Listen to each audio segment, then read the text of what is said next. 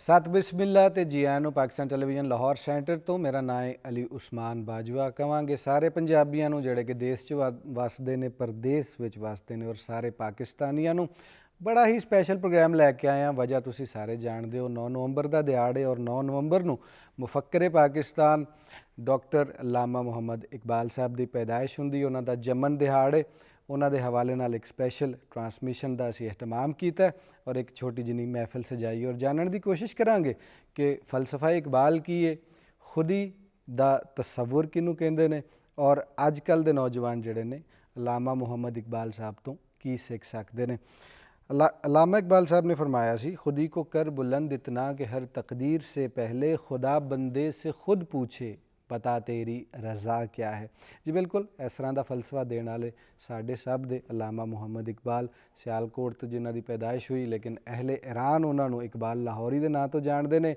उर्दू फारसी और अंग्रेज़ी दे विच उन्हां दा कलाम और तहरीरां सानू मिलदियां ने और एक बहुत वधिया जिंदगी गुजारन दे नाल नाल सियासी पक्ष तो भी एक अहम शख्सियत साडी हिस्टरी विच मन्ने जाते हैं। इस हवाले नाल साडे स्टूडियो दे विच दो मेहमान स्कॉलर मौजूद ने, उन्हां दा तारुफ मैं करवांदा जांगा। सब तो पहलां साडे नाल मौजूद ने प्रोफैसर डॉक्टर अख्तर संधू साहब, उन्हां नूं जी आयां नूं कहांगे। अस्सलाम वालेकुम सर, कैसी तबीयत? बहुत शुक्रिया जी बिल्कुल। और इन्हां दे नाल मौजूद ने प्रोफैसर डॉक्टर इस्मतुल्ला जाहिद साहब, अस्सलाम वालेकुम सर, कैसी तबीयत है तुहाडी? अल्हम्दुलिल्लाह। वहदत रमीज़ एक बहुत अच्छे बहुत नवे उभरते हुए सिंगर असीं उन्होंने कह सकते अज के दौर के, वो साडे स्टूडियो में मौजूद ने। अस्सलाम वालेकुम वहदत, कैसी तबीयत है तुहाडी? और बिल्कुल इन्हां दे नाल संगत वास्ते तबले ते दाऊद मौजूद होणगे और दाऊद बड़ा अच्छा वधिया तबला वजाणगे और उन्होंने असीं सुनन की कोशिश करांगे। तुहानूं दुआ नूं भी जी आयां नूं। बहुत मेहरबानी। अच्छा सर, सब तो पहलां तो असीं उन्हां दी जिहड़ी इब्तदाई जिंदगी जिवें मैं मोटा मोटा दस्सण की कोशिश कर रहा सी, उहदे हवाले नाल जानण की कोशिश करने कि इकबाल किहड़े किहड़े शहर रहे ने, हर शहर का एक इन्फ्लुएंस उन्हां दी जिंदगी दे विच भी रहा और फिर तालीम मुख्तलिफ अदारियां तो हासिल की। लेकिन एक चीज़ जिहड़ी खुंझ जाती है वो असीं घट गल करने आ, इकबाल नूं बनाउण वाले उन्हां दे उसातिज़ा उन्हां दा जिक्र मिलदा तो है लेकिन शायद असीं बार बार नहीं करते। अजकल के दौर च सवाल ज़्यादा अहम इसलिए हो जाता है कि शागिर्द और उस्ताद का ताल्लुक थोड़ा जिहा मुख्तलिफ हो गया माजी के हवाले नाल। एक तो उन्हों का जोड़ा तालीमी सफ़र है वो हवाले नाल थोड़ा जिहा वेरवा कर दो और फिर किहड़े किहड़े लोग उन्होंने जिंदगी में आउंदे ने जिहड़े इकबाल नूं इकबाल बनाते हैं। जी सब तो पहले तो 9 नवंबर के हवाले नाल पंजाब धरती दे इस मान नूं, इस पुत्र नूं साडा सलाम जी कि जिन्हां ने पाकिस्तान दी तसव्वुर नूं पेश किया और एक खुली एक आइडियालोजिकल बेस दी 1930 दे विच ते उन्होंने मुस्लिम लीग ने अगे ले जा के ते फिर पाकिस्तान बनाया। असी शख्सियात का जिसले जिक्र करने उनदे चों जिहड़ी एक चीज़ नूं असी थोड़ा जिहा इग्नोर करने वो है साडा कल्चर, साडी धरती, साडा पंजाब। सब तो वड्डा जिहड़ा उस्ताद मैनू नज़र आंदा है, जिस दूजियां ते चीज़ां हुंदियां चलदियां ने, वो साडा कल्चर जिहड़ा है पंजाब दा और साडा वसेब जिहड़ा सभ्याचार है उन्हां दा इंपैक्ट ज़्यादा नज़र आंदा है उन्हां दी अखलाकियात इकदार दे उत्ते, क्योंकि वो सियालकोट तो फिर लाहौर तो बाद फिर यूनाइटेड किंगडम, फिर उस तो बाद जर्मनी, ये सारे इंपैक्ट उन्होंने वेखो कि एशिया, उस तो बाद मगरब और मगरब दे विच भी मुख्तलिफ जिहड़ी सोसाइटीज़ ने और उस तो बाद उन्होंने सबजैक्ट जिहड़ा सी फिलोसफी और उस तो बाद लिटरेचर जिहड़ा सी, ये सारे इंपैक्ट दे नाल जिहड़ी चीज़ मैनू इंटैक्ट नज़र आती जिंदा ते बड़ा सलाहन नूं दिल करदा है वो हैगा कि उन्होंने जिहड़े कल्चर उन्होंने शख्सियत ते इंपैक्ट ने कि वो वैस्ट विच जाके उस दे बावजूद जिहड़ी उन्होंने अखलाकी कदरां ने उन्होंने वो एडमायर नहीं करते। वो कहते हैं जिहड़ा साडा अपना वसेब है, जिहड़ी साडियां अपनियां कदरां ने वो बड़ियां अजीम ने। बल्कि उन्हों का रहन सहन घर दे विच पंजाबी बोलना, उन्हों का ढंग उन्हों के सामने तुसीं अज भी उन्हों दी तस्वीरां घर दियां वेखो तो तुहानूं एक पंजाबी कल्चर का एक बड़ा सुचज्जा एक तुहानूं माहौल मिलता है। बल्कि 1930 दे बल्कि 28 दे विच एक बारी तकरीर करते हैं पंजाब लैजिसलेटिव काउंसल दे विच, वो बाकायदा उन्होंने क्या चोर नालों पंड काली वो बाकायदा अपनी तकरीरां जिहड़ियां करते सन उहदे च समटाइम्स जिहड़े ने वो बाकायदा पंजाबी दे जिहड़े साडे अखान ने, जिहड़े साडे विद्वान या जिहड़े साडी एक कल्चर दे नाल जुड़ी हुई चीज़ां ने या धरती दे नाल उन्होंने बाकायदा कोट करते सन। और ये इंपैक्ट जिहड़ा है ਉਹਨਾਂ ਦੀ ਖਾਨਗੀ ਜ਼ਿੰਦਗੀ, ਉਹਨਾਂ ਦੀ ਜਿਹੜੀ ਆਪਣੀ ਜ਼ਿੰਦਗੀ ਧੀਆਂ ਪੁੱਤਰਾਂ ਜਾਂ ਜਿਹੜਾ ਬੀਵੀਆਂ ਜਾਂ ਜਿਹੜੀ ਖਾਨਗੀ ਜ਼ਿੰਦਗੀ, ਉਹਨੇ ਦੇ ਨਾਲ ਸਾਨੂੰ ਪੂਰੀ ਜੁੜਤ ਨਜ਼ਰ ਆਉਂਦੀ ਇਸ ਧਰਤੀ ਦੇ ਨਾਲ, ਪੰਜਾਬ ਦੇ ਨਾਲ। ਔਰ ਮੇਰਾ ਖਿਆਲ ਹੈ ਕਿ ਇਸ ਚੀਜ਼ ਨੂੰ ਸ਼ਖਸੀਅਤ ਜਿਹੜੀਆਂ ਨੇ, ਜਿਹੜੇ ਵੀ ਇੱਥੇ ਉਸਤਾਦ ਰਹੇ, ਜ਼ਾਹਿਰ ਉਹਨਾਂ ਦਾ ਤਾਲੁਕ ਮੋਸਟਲੀ ਪੰਜਾਬ ਦੇ ਨਾਲ ਸੀ, ਔਰ ਉਹ ਪੰਜਾਬੀ ਵੀ, ਉਹ ਵੀ ਪੰਜਾਬੀ ਪੁੱਤਰ ਸਨ, ਔਰ ਉਹਨਾਂ ਦੀ ਜਿਹੜੀਆਂ ਅਖਲਾਕੀ ਕਦਰਾਂ ਨੇ, ਮੈਨੂੰ ਇਵੇਂ ਲੱਗਦਾ ਹੈਗਾ ਕਿ ਜ਼ਿਆਦਾ ਜਿਹੜੀ ਸ਼ਖਸੀਅਤ ਦੇ ਜਿਹੜਾ ਇੰਪੈਕਟ ਹੈ, ਉਹਦੇ ਨਾਲੋਂ ਜ਼ਿਆਦਾ ਸਾਡੀ ਭੋਇੰ ਦਾ, ਸਾਡੀ ਧਰਤੀ ਦਾ, ਸਾਡੇ ਕਲਚਰ ਦਾ, ਸੱਭਿਆਚਾਰ ਦਾ ਉਹਨਾਂ ਦੇ ਉੱਤੇ, ਔਰ ਉਸੇ ਚੀਜ਼ ਨੂੰ ਉਹਨਾਂ ਨੇ ਪੂਰੀ ਜ਼ਿੰਦਗੀ ਨਿਭਾਇਆ। ਔਰ ਆਪਣੀ ਸ਼ਾਇਰੀ ਦੇ ਜ਼ਰੀਏ, ਇਹ ਅਲੱਗਾ ਗੱਲ ਹੈਗਾ ਕਿ ਕੁਝ ਚੀਜ਼ਾਂ ਨੂੰ ਅਸੀਂ ਉਹਨਾਂ ਨੂੰ ਰਿਲੀਜਨਾਈਜ਼ ਕਰਦੇ ਨੇ, ਹਾਲਾਂਕਿ ਉਹ ਚੀਜ਼ਾਂ ਸਾਡੀਆਂ ਆਲਰੇਡੀ ਕਲਚਰ ਦੇ ਵਿੱਚ ਮੌਜੂਦ ਹੈਗੀਆਂ ਸਨ ਔਰ ਸਾਡੀ ਧਰਤੀ ਦੇ ਵਿੱਚ ਮੌਜੂਦ ਹੈਗੀਆਂ ਸਨ, ਔਰ ਜਿਹਨੂੰ ਕਿ ਬਹੁਤ ਜ਼ਿਆਦਾ ਨਹੀਂ ਸਾਹਮਣੇ ਲਿਆਂਦਾ ਜਾਂਦਾ। ਤੇ ਬੜੀ ਵੱਡੀ PTV ਦੀ ਬੜੀ ਵੱਡੀ ਕਾਵਿਸ਼ ਹੈ ਕਿ ਪੰਜਾਬੀ ਦੇ ਪ੍ਰੋਗਰਾਮ ਦੇ ਜ਼ਰੀਏ ਜਿਹਦੇ 'ਚ ਪੰਜਾਬੀ ਵਿਦਵਾਨ ਇਹਦੇ 'ਤੇ ਗੱਲ ਕਰ ਸਕਦੇ ਨੇ ਕਿ ਸਾਡੇ ਪੰਜਾਬ ਦੀ ਰਹਿਤਲ ਦਾ ਉਹਨਾਂ ਦੀ ਸ਼ਖਸੀਅਤ ਉੱਤੇ ਕੀ ਇੰਪੈਕਟ ਹੋਇਆ, ਔਰ ਉਹਨਾਂ ਨੇ ਇੱਕ ਬਹੁਤ ਜ਼ਿਆਦਾ ਇਨਕਲਾਬੀ ਜਿਹੜੀ ਸ਼ਖਸੀਅਤ ਹੈ ਉਹਨਾਂ ਦੀ ਕਿਵੇਂ ਸਾਹਮਣੇ ਆਈ। ਬਿਲਕੁਲ ਇਸੇ ਤਰ੍ਹਾਂ ਹੀ ਹੈ। ਔਰ ਉਹਨਾਂ ਦੇ ਜਿਹੜੇ ਉਸਾਤਜ਼ਾ ਨੇ, ਉਹਨਾਂ ਦਾ ਵੀ ਥੋੜ੍ਹਾ ਜਿਹਾ ਅਗਰ ਜ਼ਿਕਰ ਅਸੀਂ ਕਰ ਲਈਏ, ਫਿਰ ਅੱਗੇ ਅਸੀਂ ਡਿਟੇਲ ਨਾਲ ਉਹਨਾਂ ਦੀ ਬਾਕੀ ਚੀਜ਼ਾਂ ਬਾਰੇ ਜਾਣਨ ਦੀ ਕੋਸ਼ਿਸ਼ ਕਰਨੇ ਆ ਕਿ ਕਿਹੜੇ ਉਸਾਤਜ਼ਾ ਮਰੇ ਕਾਲਜ ਦੇ ਵਿੱਚ ਔਰ ਫਿਰ ਗਵਰਨਮੈਂਟ ਕਾਲਜ ਦੇ ਵਿੱਚ ਔਰ ਫਿਰ ਉਸ ਤੋਂ ਬਾਅਦ ਬਾਹਰ ਕਿਸ ਤਰ੍ਹਾਂ ਜਿਹੜਾ ਉਹਨਾਂ ਦੇ ਜਿੰਨੇ ਵੀ ਹੈਗੇ ਨੇ, ਮੀਰ ਹਸਨ ਨੇ ਜਾਂ ਜਿਹੜੇ ਅੰਗਰੇਜ਼ ਹੈਗੇ ਨੇ, ਮੇਰਾ ਜ਼ਿਆਦਾ ਉਹਦੇ ਤੇ ਹੁੰਦਾ ਹੈ ਕਿ ਕਲਚਰ ਦਾ ਜਾਂ ਉਹਦੀ ਤਹਿਜ਼ੀਬ ਦਾ ਕੀ ਅਸਰ ਹੈ। ਅਗਰ ਜਿਹੜੇ ਉਹਦਾ ਇੱਥੋਂ ਦਾ ਗਵਰਨਮੈਂਟ ਕਾਲਜ ਦਾ ਅਸਰ ਹੈ ਤੇ ਉਹ ਜ਼ਿਆਦਾ ਵੈਸਟ ਦਾ ਹੈਗਾ ਉਹਦੇ ਤੇ ਅਸਰ, ਲੇਕਿਨ ਜਿਹੜਾ ਸਿਆਲਕੋਟ ਦਾ ਅਸਰ ਹੈ ਉਹ ਉਹਦੇ ਤੇ ਲੋਕਲ ਕਲਚਰ ਦਾ ਅਸਰ ਹੈਗਾ।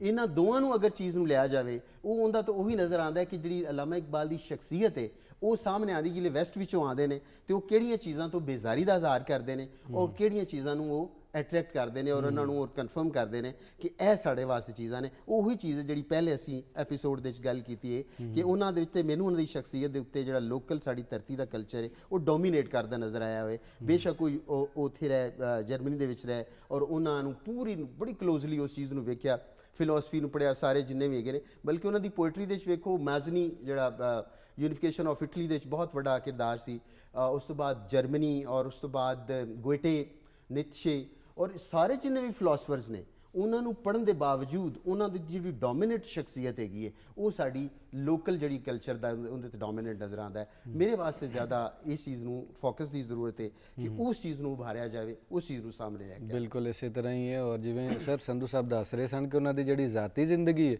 ਉਹ ਬਹੁਤ ਜ਼ਿਆਦਾ ਪੰਜਾਬੀ ਜ਼ਿੰਦਗੀ, ਬਹੁਤ ਜ਼ਿਆਦਾ ਕਿ ਹੈ ਹੀ ਪੰਜਾਬੀ ਜ਼ਿੰਦਗੀ ਸੀ। ਲਾਚਾ ਉਹ ਬਣਦੇ ਸਨ, ਹੁੱਕੇ ਵਾਲੀਆਂ ਤਸਵੀਰਾਂ ਵੀ ਅਸੀਂ ਵੇਖੀਆਂ ਨੇ, ਬੋਲਦੇ ਵੀ ਉਹ ਪੰਜਾਬੀ ਸਨ। ਔਰ ਆਪਣੀ ਵਾਲਦਾ ਦਾ ਜ਼ਿਕਰ ਕਰਦਿਆਂ ਵੀ ਇੱਕ ਵਾਕਿਆ ਉਹਨਾਂ ਨਾਲ ਜੁੜਿਆ ਹੋਇਆ ਕਿ ਉਹ ਫਲੂਦਾ ਕਹਿੰਦੇ ਸਨ ਤੇ ਉਹਨਾਂ ਨੇ ਕਿਹਾ ਕਿ ਫਾਲੂਦਾ ਹੁੰਦਾ, ਤਾਂ ਉਹਨਾਂ ਕਿਹਾ ਮੇਰੀ ਮਾਂ ਜਿਵੇਂ ਕਹਿੰਦੀ ਮੈਂ ਉਂਝ ਹੀ ਕਹਾਂਗਾ। ਤੇ ਮਾਂ ਨਾਲ ਜੁੜਤ ਔਰ ਫਿਰ ਮਾਂ ਧਰਤੀ ਨਾਲ ਜੁੜਤ ਔਰ ਫਿਰ ਮਾਂ ਬੋਲੀ ਨਾਲ ਜੁੜਤ ਕਿਤੇ ਨਾ ਕਿਤੇ ਨਜ਼ਰ ਆਉਂਦੀ ਹੈ ਇਕਬਾਲ ਦੀ ਜ਼ਿੰਦਗੀ ਦੇ ਵਿੱਚ। ਲੇਕਿਨ ਦੂਜੇ ਪਾਸੇ ਉਹਨਾਂ ਦਾ ਇੱਕ ਇਰਤਕਾ ਵੀ ਨਜ਼ਰ ਆਉਂਦਾ ਸ਼ਾਇਰੀ ਔਰ ਫਲਸਫੇ ਦੇ ਇਤਬਾਰ ਨਾਲ। ਜ਼ਾਹਿਰ ਹੈ ਹਰ ਇਨਸਾਨ ਜਿਹੜਾ ਉਹ ਬਚਪਨ 'ਚ ਕਿਸੇ ਹੋਰ ਤਰੀਕੇ ਨਾਲ ਸੋਚਦਾ, ਜਵਾਨੀ 'ਚ ਹੋਰ ਤਰੀਕੇ ਨਾਲ, ਫਿਰ ਅਧਕੜ ਉਮਰ ਜਿਹਨੂੰ ਅਸੀਂ ਕਹਿੰਦੇ ਹਾਂ ਪੰਜਾਬੀ 'ਚ, ਉਹਦੇ ਵਿੱਚ ਹੋਰ, ਫਿਰ ਵਡੇਬੇ 'ਚ ਹੋਰ। ਤੇ ਇਸ ਸਾਰੀ ਉਹਨਾਂ ਦੀ ਜਿਹੜੀ ਜਰਨੀ ਹੈ, ਸਾਰਾ ਸਫ਼ਰ ਜਿਹੜਾ ਉਹਦੇ ਬਾਰੇ ਅਗਰ ਅਸੀਂ ਗੌਰ ਕਰੀਏ ਕਿ ਕਿਸ ਤਰ੍ਹਾਂ ਉਹਨਾਂ ਦੇ ਨਜ਼ਰੀਆਤ ਬਦਲਦੇ ਨੇ ਔਰ ਕਿਸ ਤਰ੍ਹਾਂ ਫਿਰ ਜਦੋਂ ਮਗਰਬ ਦੀ ਜ਼ਿੰਦਗੀ ਨੂੰ ਵੇਖਣ ਤੋਂ ਬਾਅਦ ਉਹ ਥੋੜ੍ਹਾ ਜਿਹਾ ਨਕਾਰਦੇ ਨੇ ਕੁਝ ਬੁਰੀਆਂ ਚੀਜ਼ਾਂ ਨੂੰ ਜਿਹੜੀਆਂ ਕਿ ਉਸ ਪਾਸੇ ਉਹਨਾਂ ਨੂੰ ਨਜ਼ਰ ਆਈਆਂ, ਔਰ ਪ੍ਰੇਰਨਾ ਦਿੰਦੇ ਨੇ ਸਾਨੂੰ ਕਿ ਅਸੀਂ ਕਿਸ ਤਰ੍ਹਾਂ ਮਸ਼ਰਕ ਦੇ ਵਿੱਚ ਰਹਿ ਕੇ ਇੱਕ ਖਾਸ ਤਰ੍ਹਾਂ ਦੀ ਜ਼ਿੰਦਗੀ ਗੁਜ਼ਾਰਨੀ ਹੈ। ਤਾਂ ਹੀ ਉਹ ਸ਼ਾਇਰ ਮਸ਼ਰਕ ਵੀ ਕਹਾਏ ਨੇ। ਇਹਦੇ ਬਾਰੇ ਥੋੜ੍ਹਾ ਜਿਹਾ ਵੇਰਵਾ ਕਰ ਦੇਣਾ। ਗੁਜ਼ਾਰਿਸ਼ ਇਹ ਜਿਸ ਤਰ੍ਹਾਂ ਡਾਕਟਰ ਸਾਹਿਬ ਨੇ ਦੱਸਿਆ ਨਾ ਕਿ ਤਹਿਜ਼ੀਬ ਜੀ ਔਰ ਸਕਾਫਤ ਜਿਹੜੀ ਹੈ ਉਹ ਇਨਸਾਨ ਨੂੰ ਜਿਹੜਾ ਤਾਮੀਰ ਕਰਦੀ ਹੈ, ਔਰ ਸਭ ਤੋਂ ਪਹਿਲੇ ਤਹਿਜ਼ੀਬ ਔਰ ਸਕਾਫਤ ਇੱਕ ਖਾਨਦਾਨ ਨੂੰ ਤਾਮੀਰ ਕਰਦੀ ਹੈ ਔਰ ਖਾਨਦਾਨ 'ਚ ਫਿਰ ਪਲਣ ਵਾਲੇ ਬੱਚਿਆਂ ਨੂੰ ਤਾਮੀਰ ਕਰਦੀ ਹੈ। ਤੁਸੀਂ ਦੇਖੋਗੇ ਕਿ ਸਾਡੀ ਤਹਿਜ਼ੀਬ ਦੀਆਂ ਜਿਹੜੀਆਂ ਪੱਕੀਆਂ ਰਵਾਇਤਾਂ ਨੇ ਉਹਦੀ ਬੁਨਿਆਦ ਅਖਲਾਕੀਆਤ ਉੱਤੇ ਵੇ। ਮੈਂ ਇਕਬਾਲ ਦੀ ਜ਼ਿੰਦਗੀ ਦਾ ਇੱਕ ਛੋਟਾ ਜਿਹਾ ਵਾਕਿਆ ਤੁਹਾਨੂੰ ਅਰਜ਼ ਕਰਨਾ ਕਿ ਇਕਬਾਲ ਖੁਦ ਕਹਿੰਦੇ ਨੇ ਕਿ ਮੈਂ ਅਜੇ ਛੋਟਾ ਸਾਂ ਤੇ ਇੱਕ ਬੰਦਾ ਮੰਗਤਾ ਸਾਡੇ ਘਰ ਆਇਆ, ਉਹਨੂੰ ਇਨਕਾਰ ਕੀਤਾ ਕਿ ਵੀ ਮਾਫ ਕਰ, ਉਹ ਛਾਉਣੀ ਪਾ ਕੇ ਬਹਿ ਗਿਆ ਸਾਡੇ ਬੂਹ ਤੇ। ਕਹਿੰਦੇ ਮੈਨੂੰ ਗੁੱਸਾ ਆਇਆ, ਮੈਂ ਉਹਦੇ ਸਿਰ 'ਚ ਕੋਈ ਸ਼ੈ ਮਾਰ ਦਿੱਤੀ। ਉਹ ਮੇਰੇ ਵਾਲਦ ਨੇ ਦੇਖਿਆ ਤੇ ਫੌਰਨ ਆਏ, ਦੇਖਿਆ ਤੇ ਅੱਖਾਂ 'ਚ ਆਂਸੂ ਆ ਗਏ ਉਹਨੇ ਕਿਹਾ ਇਕਬਾਲ ਅਗਰ ਇਹੋ ਹੀ ਵਾਕਿਆ ਅਗਰ ਕਯਾਮਤ ਵਾਲੇ ਦਿਨ ਨਬੀ ਪਾਕ ਸੱਲੱਲਾਹੁ ਅਲੈहि ਵਸੱਲਮ ਦੇ ਸਾਹਮਣੇ ਪੇਸ਼ ਹੋਇਆ ਔਰ ਉਹਨਾਂ ਨੇ ਮੈਨੂੰ ਪੁੱਛ ਲਿੱਤਾ ਕਿ ਇੱਕ ਨੌਜਵਾਨ ਤੇਰੇ ਸਪੁਰਦ ਕੀਤਾ ਸੀ, ਤੂੰ ਮੇਰੀ ਤਾਲੀਮਾਤ ਨੂੰ ਸਾਹਮਣੇ ਰੱਖ ਕੇ ਉਹਦੀ ਕੀ ਤਰਬੀਅਤ ਕੀਤੀ ਸੀ, ਤੇ ਮੈਂ ਕੀ ਜਵਾਬ ਦੇ ਸਕਾਂਗਾ? ਕੋਈ ਜਵਾਬ ਹੈ ਮੇਰੇ ਕੋਲ? ਉਸੇ ਵੇਲੇ ਇਕਬਾਲ ਨੇ ਮਾਫੀ ਮੰਗੀ ਔਰ ਫਿਰ ਉਸ ਤੋਂ ਬਾਅਦ ਆਪਣੇ ਵਾਲਦ ਦੀਆਂ ਮਜਲਿਸਾਂ ਦੇ ਵਿੱਚ ਬਾਕਾਇਦਾ ਤਰਬੀਅਤ ਹਾਸਲ ਕੀਤੀ। ਕਹਿਣ ਦਾ ਮਕਸਦ ਇਹ ਹੈ ਕਿ ਘਰੋਂ ਬੂਟਾ ਲੱਗਦਾ ਹੈ ਤੇ ਫਿਰ ਇਨਸਾਨ ਤਹਿਜ਼ੀਬ ਔਰ ਸਕਾਫਤ ਨੂੰ ਅੱਗੇ ਲੈ ਕੇ ਟੁਰਦਾ ਹੈ। ਔਰ ਇਸੇ ਤਰ੍ਹਾਂ ਉਹਨਾਂ ਦੀ ਵਾਲਦਾ ਦਾ ਵੀ ਇਸੇ ਤਰ੍ਹਾਂ ਦਾ ਇੱਕ ਵਾਕਿਆ ਹੈ ਕਿ ਉਹਨਾਂ ਦੇ ਵਾਲਦ ਨੇ ਸੂਫੀ ਨੂਰ ਮੁਹੰਮਦ ਕਾਦਰੀ ਅਲੈਹ ਰਹਿਮਤ ਨੇ ਕਿਸੇ ਡਿਪਟੀ ਦੀ ਨੌਕਰੀ ਕਰ ਲਈ। ਮਾਂ ਨੂੰ ਪਤਾ ਲੱਗਾ ਕਿ ਉਹ ਡਿਪਟੀ ਜਿਹੜਾ ਉਹ ਤੇ ਰਾਸ਼ੀ ਹੈ, ਰਿਸ਼ਵਤ ਲੈਂਦਾ ਹੈ। ਉਹ ਮਾਂ ਨੇ ਜਿਹੜੀ ਤਨਖਾਹ ਆਈ ਹੈ ਉਹਦੇ ਚੋਂ ਖਰਚ ਹੀ ਨਹੀਂ ਕੀਤਾ। ਔਰ ਕੁਝ ਮਹੀਨਿਆਂ ਦੇ ਬਾਅਦ ਵਾਲਦ ਨੂੰ ਪੈਸਿਆਂ ਦੀ ਜ਼ਰੂਰਤ ਪਈ। ਉਹਨਾਂ ਕਿਹਾ, ਆਪਣੀ ਜ਼ੌਜਾ ਨੂੰ ਪੁੱਛਿਆ ਕੋਈ ਪੈਸੇ ਹੈ? ਉਹਨਾਂ ਕਿਹਾ ਉਹ ਤਨਖਾਹ ਜਿਹੜੀ ਲਿਆਂਦੀ ਸੀ ਤਾਂ ਉਸੇ ਤਰ੍ਹਾਂ ਪਈ ਹੈ, ਰਾਸ਼ੀ ਦੀ ਤਨਖਾਹ ਮੈਂ ਆਪਣੇ ਬੱਚੇ ਦੀ ਤਰਬੀਅਤ ਜਾਂ ਬੱਚਿਆਂ ਦੀ ਤਰਬੀਅਤ ਉਹਨਾਂ ਨਹੀਂ ਕਰ ਸਕਦੀ। ਇਹ ਉਹ ਅਖਲਾਕੀ ਕਦਰਾਂ ਨੇ ਜਿਨ੍ਹਾਂ ਨੇ ਇਕਬਾਲ ਨੂੰ ਤਾਮੀਰ ਕੀਤਾ। ਔਰ ਇਕਬਾਲ ਜਦੋਂ ਲਾਹੌਰ ਆਉਂਦੇ ਨੇ ਤੇ ਜ਼ਾਹਿਰ ਹੈ ਉਹ ਤਰਬੀਅਤ ਨਾਲ ਲੈ ਕੇ ਆਏ ਨੇ, ਮਰੇ ਕਾਲਜ ਚ ਪੜ੍ਹੇ ਨੇ। ਉਸ ਇਕਬਾਲ ਨੂੰ ਬੁਨਿਆਦੀ ਤੌਰ ਤੇ ਬਣਾਉਣ ਵਾਲੀਆਂ ਘਰ ਤੋਂ ਜਿਹੜੀਆਂ ਕਦਰਾਂ ਸਨ, ਉਹਨਾਂ ਦੇ ਇਲਾਵਾ ਜਿਹੜੇ ਉਹਨਾਂ ਦੇ ਉਸਤਾਦ ਮੀਰ ਹਸਨ ਸਨ, ਸ਼ਮਸੁਲ ਉਲਮਾ ਜਿਨ੍ਹਾਂ ਦਾ ਖਿਤਾਬ ਜਿਹਨੂੰ ਇਕਬਾਲ ਨੇ ਖੁਦ ਦਵਾਇਆ, ਉਹ ਖੁਦ ਕਹਿੰਦੇ ਨੇ ਕਿ ਅਗਰ ਅੱਲਾਹ ਤਾਲਾ ਨੇ ਮੇਰੇ ਤੇ ਸਵਾਲ ਕੀਤਾ ਕਿ ਕੋਈ ਕਿਤਾਬ ਲਿਖੀ ਹੈ ਜਾਂ ਕੀ ਕੰਮ ਕਰਕੇ ਹੈ, ਤੇ ਮੈਂ ਕਹਾਂਗਾ ਮੈਂ ਇੱਕ ਇਕਬਾਲ ਜਿਹੜਾ ਹੈ ਕਿਤਾਬ ਦੀ ਸੂਰਤ ਲਿਖੀ, ਮੈਂ ਇਕਬਾਲ ਨੂੰ ਤਾਮੀਰ ਕੀਤਾ ਹੈ। ਮਤਲਬ ਉਹਨਾਂ ਨੇ ਵੀ ਜ਼ੁਬਾਨ ਅਦਬ ਦੇ ਹਵਾਲੇ ਤੋਂ ਇਲਾਵਾ ਕਲਚਰ ਦੀ ਜਿਹੜੀਆਂ ਕਦਰਾਂ ਸਨ ਉਹ ਇਕਬਾਲ ਦੀ ਜ਼ਿੰਦਗੀ 'ਚ ਵੀ ਦਾਖਲ ਕੀਤੀਆਂ ਨੇ। ਔਰ ਤੁਸੀਂ ਦੇਖਿਆ ਕਿ ਇਕਬਾਲ ਜਦੋਂ ਸਰ ਦਾ ਖਿਤਾਬ ਮਿਲਦਾ ਹੈ ਤੇ ਪਹਿਲੇ ਕਹਿੰਦੇ ਨੇ ਨਹੀਂ ਤੁਸੀਂ ਪਹਿਲੇ ਉਸਤਾਦ ਦਾ ਸਵਾਲ ਕੀਤਾ ਨਾ, ਮੈਂ ਉਧਰ ਹੀ ਇਸ਼ਾਰਾ ਕਰ ਰਿਹਾ ਕਿ ਉਹਨੇ ਕਿਹਾ ਕਿ ਮੈਨੂੰ ਉਦੋਂ ਖਿਤਾਬ ਦਿਆ ਜੇ ਜਦੋਂ ਮੇਰੇ ਉਸਤਾਦ ਨੂੰ ਪਹਿਲੇ ਸ਼ਮਸੁਲ ਉਲਮਾ ਦਾ ਖਿਤਾਬ ਦਿੱਤਾ ਜਾਏ, ਕਿਉਂਕਿ ਮੈਨੂੰ ਤਾਮੀਰ ਕੀਤਾ ਉਹਨਾਂ ਨੇ। ਇਹ ਐਵਾਰਡ ਉਹਨਾਂ ਨੂੰ ਜਾਣਾ ਚਾਹੀਦਾ। ਹੁਣ ਅੱਜ ਕੋਈ ਸ਼ਾਗਿਰਦ ਜਾਂ ਉਸਤਾਦ ਇਸ ਤਰ੍ਹਾਂ ਦਾ ਤੁਹਾਨੂੰ ਮਿਲੇਗਾ? ਇਹ ਇਕਬਾਲ ਦਾ ਇੱਕ ਇਨਫਰਾਦੀ ਜਿਹਾ ਪਹਿਲੂ ਹੈ। ਫਿਰ ਜਦੋਂ ਲਾਹੌਰ ਆਉਂਦੇ ਨੇ ਤਾਂ ਸਾਰੀ ਦੀ ਸਾਰੀ ਤਰਬੀਅਤ ਜਿਹੜੀ ਹੈ ਉਹ ਤਜਰਬਾ ਨਾਲ ਆਇਆ ਹੈ। ਇੱਥੇ ਗਵਰਨਮੈਂਟ ਕਾਲਜ ਦੇ ਆਰਨਰ ਦੇ ਨਾਲ ਉਹਨਾਂ ਦੀ ਮੁਲਾਕਾਤ ਹੁੰਦੀ ਹੈ, ਜਿਹਦੀ ਵਜ੍ਹਾ ਦੇ ਨਾਲ ਉਹਨਾਂ ਨੇ ਫਲਸਫੇ ਵੱਲ ਜ਼ਿਆਦਾ ਤਵੱਜੋ ਦਿੱਤੀ ਔਰ ਇੱਥੋਂ ਹੀ ਉਹਨੇ ਐਮਏ ਫਲਸਫਾ ਕੀਤਾ। ਫਿਰ ਪੀਐਚਡੀ ਕਰਨ ਵਾਸਤੇ ਚਲੇ ਗਏ ਨੇ ਔਰ ਮਿਊਨਿਖ ਤੋਂ ਉਹਨਾਂ ਨੇ ਪੀਐਚਡੀ ਕੀਤੀ ਹੈ। ਔਰ ਉਹ ਤਾਲੀਮ ਦੇ ਦੌਰਾਨ, ਬਾਹਰ ਦੀ ਤਾਲੀਮ ਦੇ ਦੌਰਾਨ ਉਹਨਾਂ ਜਿਹੜਾ ਮੁਤਾਲਾ ਕੀਤਾ ਹੈ ਨਾ, ਉਹ ਆਪਣੇ ਮਸ਼ਰਕੀ ਮੁਆਸ਼ਰੇ ਔਰ ਮਗਰਬੀ ਮੁਆਸ਼ਰੇ ਦਾ ਤਕਾਬਲ ਜਿਹੜਾ ਹੈ ਉਹਨਾਂ ਨੇ ਕੀਤਾ ਹੈ। ਔਰ ਸਾਰੀ ਜ਼ਿੰਦਗੀ ਫਿਰ ਆਪਣੀ ਸੋਚ ਦੀ ਬੁਨਿਆਦ ਜਿਹੜੀ ਹੈ ਉਸ ਤਕਾਬਲ ਦੇ ਉੱਤੇ ਰੱਖੀ ਹੈ। ਔਰ ਆਪਣੀ ਆਇੰਦਾ ਆਉਣ ਵਾਲੀ ਨਸਲ ਜਿਹੜੀ ਹੈ ਉਹਨੂੰ ਵੀ ਇਹੋ ਹੀ ਤਕਾਬਲ ਦੇ ਵਿੱਚੋਂ ਜਿਹੜੇ ਨਤਾਇਜ ਉਹਨਾਂ ਨੇ ਕੱਢੇ ਉਸੇ ਦਾ ਦਰਸ ਦਿੱਤਾ ਹੈ। ਇਸੇ ਵਾਸਤੇ ਸਾਨੂੰ ਜਿਹੜਾ ਨਾ ਉਹਨਾਂ ਦੀ ਇਸ ਸਫ਼ਰ ਦੀ ਜ਼ਿੰਦਗੀ ਜਿਹੜੀ ਹੈ ਉਹਦੇ 'ਚ ਇੱਕ ਇਰਤਕਾ ਨਜ਼ਰ ਆਉਂਦਾ ਹੈ। ਇੱਕ ਤੇ ਉਹਨਾਂ ਨੇ ਪਹਿਲੇ ਤੇ ਇੱਥੇ ਇਬਤਦਾ ਕੀਤੀ ਨਾ ਤਾਲੀਮ ਦੀ, ਫਿਰ ਜਦੋਂ ਬਾਹਰ ਗਏ ਫਿਰ ਉਹ ਵੇਖ ਕੇ ਉਹਨਾਂ ਤਾਲੀਮ ਹਾਸਲ ਨਹੀਂ ਕੀਤੀ, ਬਲਕਿ ਉੱਥੋਂ ਦੇ ਮੁਆਸ਼ਰੇ ਦੇ ਨਸ਼ੇਬੋ ਫਰਾਜ਼, ਊਂਚ ਨੀਚ, ਲੋਕਾਂ ਦੀਆਂ ਰਿਵਾਇਤ, ਮਿਲਨ ਜੁਲਨ, ਜ਼ੁਬਾਨ ਦਾਨੀ ਔਰ ਇੱਕ ਦੂਸਰੇ ਦੇ ਨਾਲ ਜਿਹੜੇ ਖਾਨਦਾਨੀ ਤਾਲੁਕਾਤ ਹੁੰਦੇ ਨੇ ਜਿਨ੍ਹਾਂ ਤੋਂ ਇਨਸਾਨ ਦੀ ਤਾਮੀਰ ਹੁੰਦੀ ਹੈ, ਉਹ ਸਾਰਿਆਂ ਦਾ ਬੜੀ ਗਹਿਰੀ ਨਜ਼ਰ ਨਾਲ ਮੁਤਾਲਾ ਕੀਤਾ ਹੈ। ਔਰ ਉਹਨਾਂ ਨੇ ਪੀਐਚਡੀ ਕਰਨ ਦੇ ਨਾਲ ਨਾਲ ਜਿਹੜਾ ਬੈਰਿਸਟਰੀ ਦੀ ਤਾਲੀਮ ਵੀ ਲੈ ਕੇ ਵਾਪਸ ਆਏ ਨੇ। ਔਰ ਆ ਕੇ ਫਿਰ ਤੁਸੀਂ ਦੇਖੋ ਕਿ ਜਦੋਂ ਉਹਨਾਂ ਨੇ ਗਵਰਨਮੈਂਟ ਕਾਲਜ 'ਚ ਵੀ ਤਦਰੀਸ ਦਾ ਕੰਮ ਕੀਤਾ ਹੈ, ਫਿਰ ਪੰਜਾਬ ਯੂਨੀਵਰਸਿਟੀ ਓਰੀਐਂਟਲ ਕਾਲਜ ਦੇ ਨਾਲ ਵੀ ਉਹ ਮੁਨਸਲਿਕ ਰਹੇ ਨੇ, ਲੇਕਿਨ ਬੜੀ ਜਲਦੀ ਉਹਨਾਂ ਨੇ ਛੱਡ ਕੇ ਫਿਰ ਵਕਾਲਤ ਵੱਲ ਤਵੱਜੋ ਦੇ ਦਿੱਤੀ, ਕਿਉਂਕਿ ਉਹਨਾਂ ਦਾ ਅੰਦਰ ਇਹ ਕਹਿ ਰਿਹਾ ਸੀਗਾ ਕਿ ਜੋ ਕੁਝ ਮੈਂ ਸਿੱਖਿਆ, ਜੋ ਕੁਝ ਮੈਂ ਪੜ੍ਹਿਆ ਉਹ ਮੈਂ ਨਵੀਂ ਨਸਲ ਨੂੰ ਦੇਣਾ ਚਾਹਨਾ ਤਾਂ ਉਹ ਮੈਂ ਜ਼ਿਹਨੀ ਆਜ਼ਾਦੀ ਤੋਂ ਬਗੈਰ ਨਹੀਂ ਦੇ ਸਕਦਾ। ਲਿਹਾਜ਼ਾ ਉਹਨਾਂ ਹਰ ਕਿਸਮ ਦੀ ਜਿਹੜੀ ਸੀ ਕੈਦ ਮੁਲਾਜ਼ਮਤ ਦੀ ਜਾਂ ਕਾਰੋਬਾਰ ਦੀ ਛੱਡ ਕੇ ਤੇ ਖਾਲਿਸਤਾਨ ਵਕਾਲਤ, ਕਿਉਂਕਿ ਵਕਾਲਤ ਦਾ ਪੇਸ਼ਾ ਤੁਹਾਨੂੰ ਪਤਾ ਹੈ ਕਿ ਮੰਤਕ ਨਾਲ ਚੱਲਦਾ ਹੈ ਜੀ। ਔਰ ਇਕਬਾਲ ਜਿਹੜਾ ਬੜਾ ਵੱਡਾ ਮੰਤਕੀ ਵੀ ਹੈ, ਫਲਸਫੀ ਵੀ ਹੈ, ਔਰ ਫਲਸਫਾ ਤੇ ਮੰਤਕ ਨਾਲ ਹੀ ਚੱਲਦਾ ਹੈ, ਇਹ ਤੁਹਾਨੂੰ ਪਤਾ ਹੈ। ਜਿੰਨਾ ਵੀ ਉਹਨਾਂ ਨੇ ਫਲਸਫਾ ਦਿੱਤਾ ਹੈ ਉਹਦੇ 'ਚ ਬੁਨਿਆਦੀ ਗੱਲ ਹੀ ਇਹ ਵੇ ਕਿ ਇਨਸਾਨ ਦੇ ਨਾਲ ਖਿਤਾਬ ਹੈ। ਇਹ ਉਹਨਾਂ ਨੇ ਕਿੱਥੋਂ ਲਿਆ? ਜਿਸ ਤਰ੍ਹਾਂ ਕੁਰਾਨ ਮਜੀਦ ਦਾ ਬੁਨਿਆਦੀ ਮੌਜੂ ਇਨਸਾਨ ਹੀ ਹੈ, ਇਨਸਾਨ ਨੂੰ ਖਿਤਾਬ ਹੈ। ਇਕਬਾਲ ਦੇ ਵਿੱਚ ਕਿਉਂਕਿ ਤਰਬੀਅਤ ਉਸ ਮਾਹੌਲ 'ਚ ਹੋਈ ਸੀ, ਸੂਫੀਆਨਾ ਮਾਹੌਲ 'ਚ ਹੋਈ ਸੀ, ਇਸਲਾਮੀ ਮਾਹੌਲ 'ਚ ਹੋਈ ਸੀ, ਆਪਣੇ ਪੰਜਾਬੀ ਕਲਚਰ ਵਿੱਚ ਹੋਈ ਸੀ। ਔਰ ਜਿਸ ਤਰ੍ਹਾਂ ਡਾਕਟਰ ਸਾਹਿਬ ਨੇ ਇਸ਼ਾਰਾ ਕੀਤਾ ਕਿ ਉਹ ਪੰਜਾਬੀ ਬੋਲਦੇ ਵੀ ਸਨ, ਬਲਕਿ ਪੰਜਾਬੀ ਸੂਫੀਆ ਦਾ ਕਲਾਮ ਆਪਣੇ ਖਾਦਮ ਕੋਲੋਂ ਸੁਣਦੇ ਵੀ ਸਨ ਔਰ ਫਿਰ ਬਾਜ਼ ਔਕਾਤ ਆਪ ਦੀਦਾ ਵੀ ਹੋ ਜਾਂਦੇ ਸਨ। ਇਹਦਾ ਮਤਲਬ ਹੈ ਕਿ ਇਸ ਇਕਬਾਲ ਦੀ ਤਾਮੀਰ ਦੇ ਵਿੱਚ ਸਾਡੇ ਸੂਫੀਆ ਦਾ ਵੀ ਬੜਾ ਹਿੱਸਾ ਹੈ ਔਰ ਉਹ ਉਸੇ ਨੂੰ ਉਹਨਾਂ ਨੇ ਫਲਸਫੇ ਦਾ ਰੂਪ ਦਿੱਤਾ ਹੈ। ਇਹ ਵੀ ਵਜ੍ਹਾ ਹੈ ਕਿ ਇਕਬਾਲ ਦੇ ਕੁਝ ਸ਼ੇਰ ਐਸੇ ਨੇ ਕਿ ਜਿਹੜੇ ਸੁਲਤਾਨ ਬਾਹੂ ਅਲੈਹ ਰਹਿਮਤ ਦੇ, ਮੀਆਂ ਮੁਹੰਮਦ ਬਖਸ਼ ਦੇ ਨਾਲ ਔਰ ਮੌਲੀ ਗੁਲਾਮ ਰਸੂਲ ਦੇ ਨਾਲ, ਇਸ ਤਰ੍ਹਾਂ ਦੇ ਸੂਫੀ ਸ਼ਾਇਰਾਂ ਦੇ ਨਾਲ ਵੀ ਮਿਲਦੇ। ਇੰਜ ਲੱਗਦਾ ਹੈ ਕਿ ਇਕਬਾਲ ਨੇ ਉਹਨਾਂ ਸ਼ੇਰਾਂ ਦਾ ਤਰਜਮਾ ਜਿਹੜਾ ਹੈ ਉਹ ਫਾਰਸੀ 'ਚ ਜਾਂ ਉਰਦੂ ਦੇ ਵਿੱਚ ਕਰ ਦਿੱਤਾ ਹੈ। ਤੇ ਕਹਿਣ ਦਾ ਮਕਸਦ ਇਹ ਵੇ ਕਿ ਉਹਨਾਂ ਦੀ ਤਰਬੀਅਤ ਦੇ ਵਿੱਚ ਸਾਡੇ ਮਾਹੌਲ ਦਾ ਔਰ ਸਾਡੇ ਕਲਚਰ ਦਾ ਔਰ ਸਾਡੀ ਤਹਿਜ਼ੀਬ ਦਾ ਬੜਾ ਅਸਰ ਹੈ। ਬਿਲਕੁਲ ਠੀਕ ਹੈ। ਇਸੇ ਤਰ੍ਹਾਂ ਅੱਛਾ ਸਰ, ਤੁਹਾਡੀ ਅਗਰ ਇਜਾਜ਼ਤ ਹੋਵੇ ਤੇ ਅਸੀਂ ਇਕਬਾਲ ਦਾ ਅਗਰ ਕਲਾਮ ਜਿਹੜਾ ਉਹ ਮੌਸੀਕੀ ਦੇ ਨਾਲ ਸੁਣ ਲਈਏ ਜ਼ਰੂਰ ਜਨਾਬ, ਥੋੜਾ ਜਿਹਾ ਇੱਕ ਰੰਗ ਬਣ ਜਾਏਗਾ ਪ੍ਰੋਗਰਾਮ ਦੇ ਵਿੱਚ ਹੋਣਾ ਚਾਹੀਦਾ। ਤੇ ਵਹਦਤ ਰਮੀਜ਼ ਨੂੰ ਗੁਜ਼ਾਰਿਸ਼ ਕਰਨੇ ਆ कि वो जड़ा है कलाम सानू पेश करन इकबाल दा। लौह भी तू कलम भी तू तेरा वजूद अल किताब। गुजारिश करने वहदत रमीज़ तो और उन्होंने दे साथी दाऊद तो कि ज़रा मौसीकी ज़रा सानू सुना देना।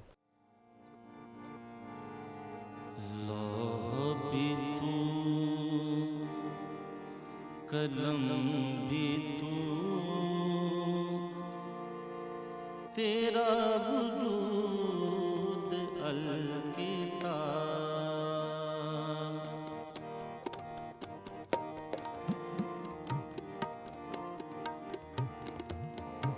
लौह भी तू कलम भी तू तेरा वजूद अल किताब।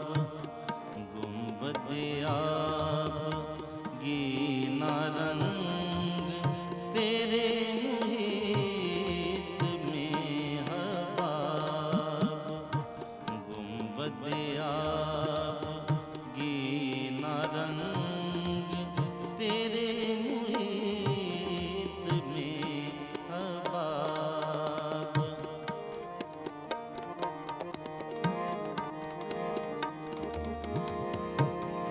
आलम आब खाक में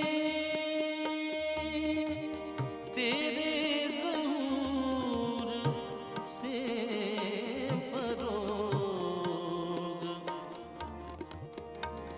आलम आब खाक में तेरे ज़हूर से फरोग।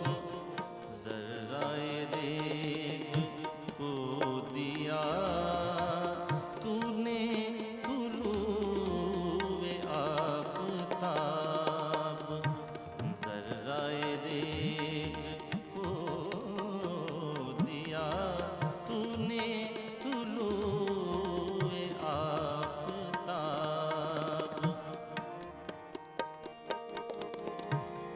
शौक तेरा अगर न हो मेरी नमाज का इमाम। शौक तेरा अगर न हो मेरी नमाज का इमाम। मेरा क़याम भी हिजाब। मेरा क़याम भी हिजाब। मेरा सुजूद भी हिजाब। मेरा क़याम भी हिजाब। मेरा सुजूद भी हिजाब।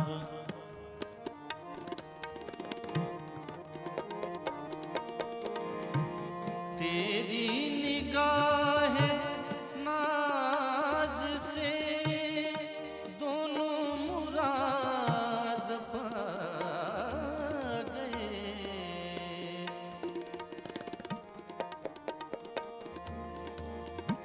तेरी निगाह नाज से दोनों मुराद पा गए।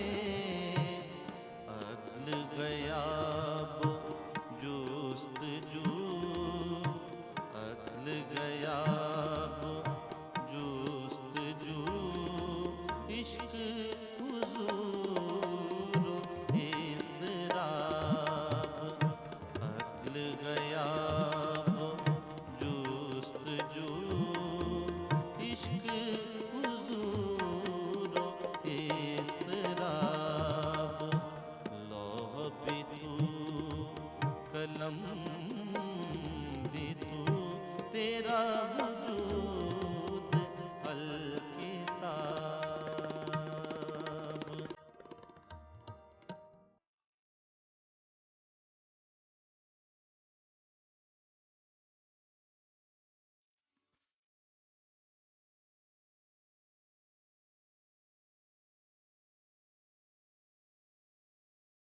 खुदी को कर बुलंद इतना कि हर तकदीर से पहले खुदा बंदे से खुद पूछे बता तेरी रज़ा क्या है। ਤੇ ਜਦੋਂ ਪੁੱਛੀਏ ਕਿ ਦਾ ਮਤਲਬ ਕੀ ਹੈ ਤੇ ਉਹ ਥੋੜਾ ਘੱਟ ਉਹਨਾਂ ਨੂੰ ਪਤਾ ਹੁੰਦਾ।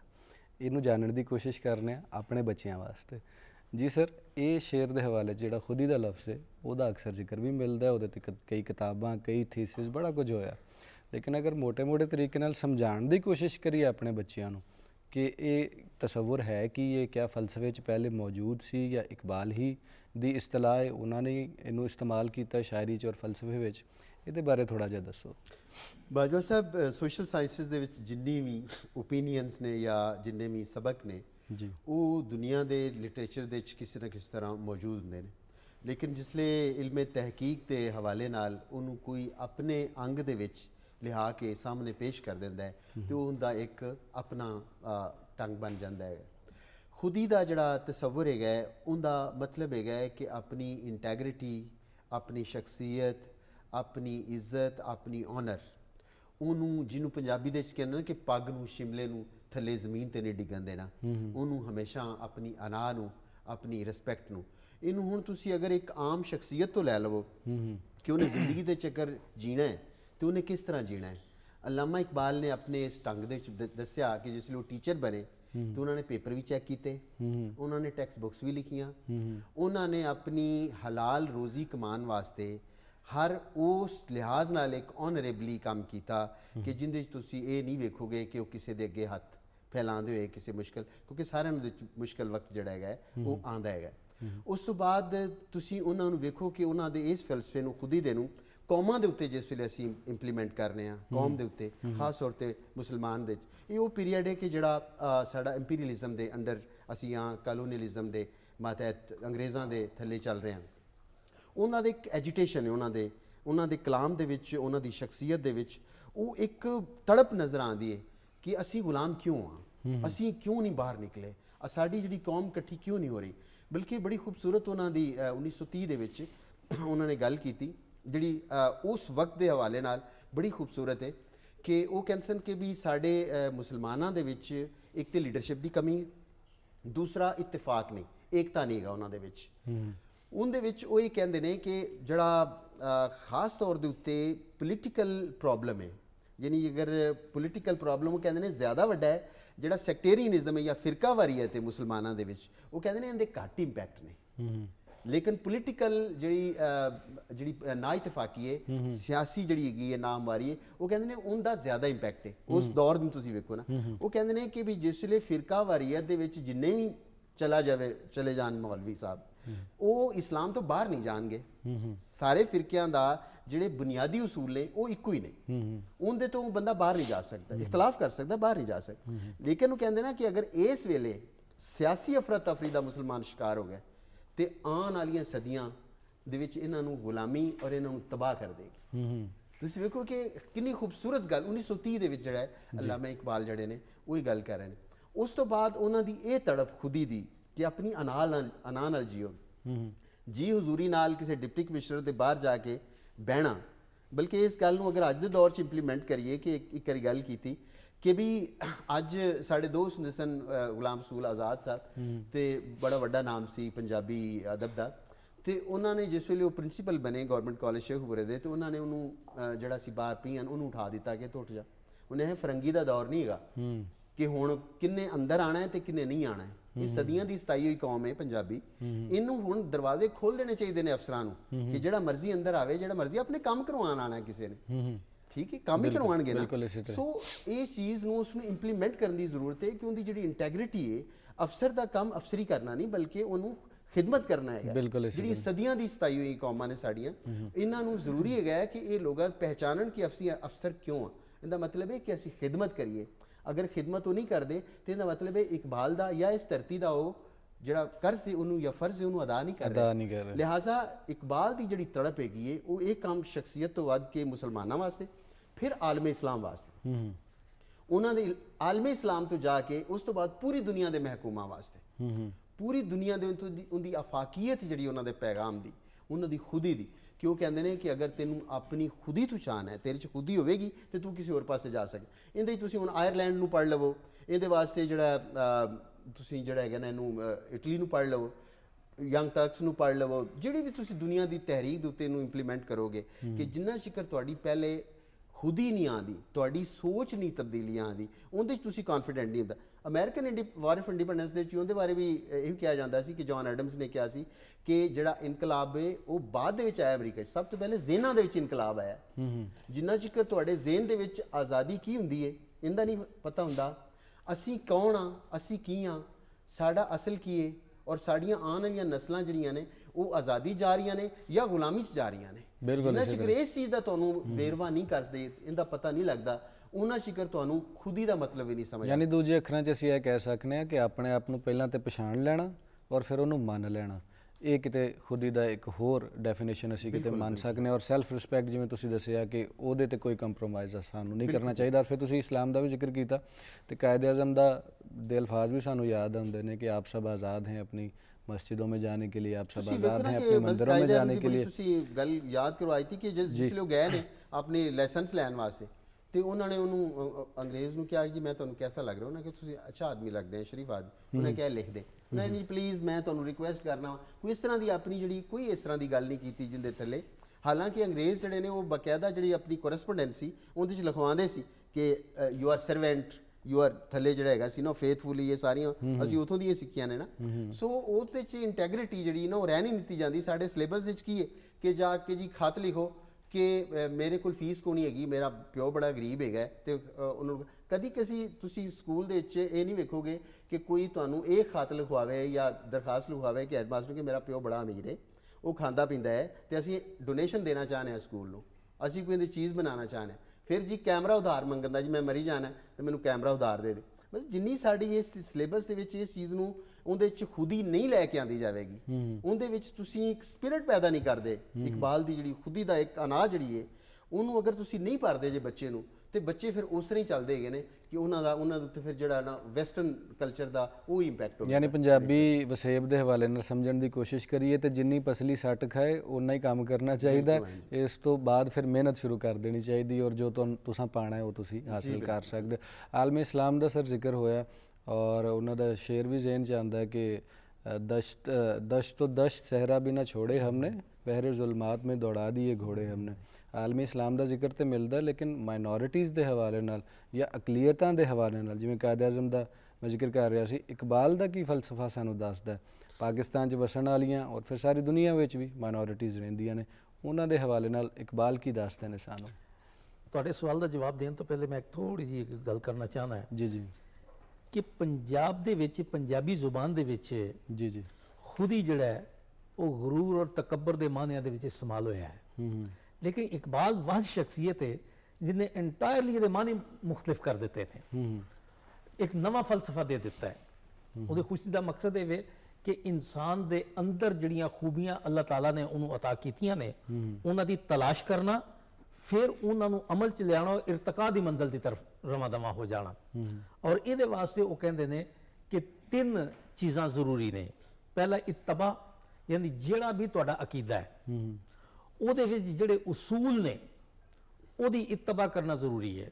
ਕਿਉਂਕਿ ਇਕਬਾਲ ਮੁਸਲਿਮ ਫਲਸਫੀ ਹੈ, ਇਸ ਵਾਸਤੇ ਉਹ ਤੌਹੀਦ ਔਰ ਰਸਾਲਤ ਦੇ ਵੱਲੋਂ ਜਿਹੜੇ ਸਾਡੇ ਉੱਤੇ ਫਰਾਇਜ਼ ਆਇਦ ਹੁੰਦੇ ਨੇ ਉਹਦੀ ਇਤਬਾ ਦੀ ਗੱਲ ਕਰਦਾ ਹੈ। ਦੂਸਰਾ ਕਹਿੰਦਾ ਨਫਸ ਤੇ ਜ਼ਬਤ ਰੱਖਣਾ, ਯਾਨੀ ਨਫਸ ਦੀ ਧੌਣ ਨੂੰ ਮਰੋੜਨਾ। ਔਰ ਜਦੋਂ ਇਹ ਦੋਵਾਂ ਦੇ ਵਿੱਚ ਅਸੀਂ ਮੁਕੰਮਲ ਹੋ ਜਾਂਦੇ ਆ ਤੇ ਫਿਰ ਤੀਸਰਾ ਉਹ ਕਹਿੰਦਾ ਨਿਆਬਤ ਇਲਾਹੀ, ਕਿ ਅੱਲਾਹ ਤਾਲਾ ਨੇ ਇਨਸਾਨ ਨੂੰ ਆਪਣਾ ਖਲੀਫਾ ਬਣਾਇਆ ਤੇ ਇਹਨੂੰ ਗੌਰ ਕਰਨਾ ਪਏਗਾ ਕਿ ਕਿਆ ਖਲੀਫਾ ਹੈ। ਅਗਰ ਇਹ ਖਲੀਫਾ ਹੈ ਤੇ ਫਿਰ ਇਹਦੀ ਇਰਤਕਾ ਦਾ ਔਰ ਤਰੱਕੀ ਦਾ ਸਫ਼ਰ ਸ਼ੁਰੂ ਹੋ ਜਾਏਗਾ। ਇਹੋ ਹੀ ਉਹਦੀ ਖੁਦੀ ਦਾ ਫਲਸਫਾ ਹੈ ਕਿ ਆਪਣੇ ਅੰਦਰ ਦੀ ਪਹਿਚਾਨ ਔਰ ਉਸ ਹਵਾਲੇ ਦੇ ਨਾਲ ਦੁਨੀਆ ਨੂੰ ਡੀਲ ਕਰਨਾ, ਅੱਗੇ ਲੈ ਕੇ ਚੱਲਣਾ। ਅੱਛਾ, ਹੁਣ ਜਿਹੜੀ ਗੱਲ ਤੁਸੀਂ ਕੀਤੀ ਹੈ ਕਿ ਆਲਮ ਇਸਲਾਮ ਉਹਦੀ ਤੇ ਤਰਬੀਅਤ ਹੀ ਇਸਲਾਮੀ ਨਜ਼ਰੀਆਤ ਤੇ ਹੋਈ ਦੀ ਹੈ।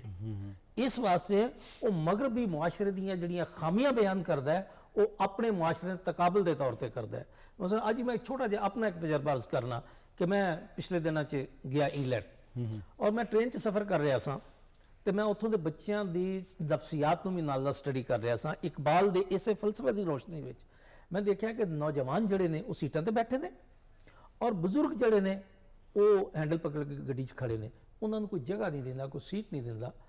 ਇੱਕ ਜ਼ਈਫ ਔਰਤ ਦਾਖਲ ਹੋਈ, ਕੋਈ 70-75 ਸਾਲ ਦੀ ਹੋਵੇਗੀ।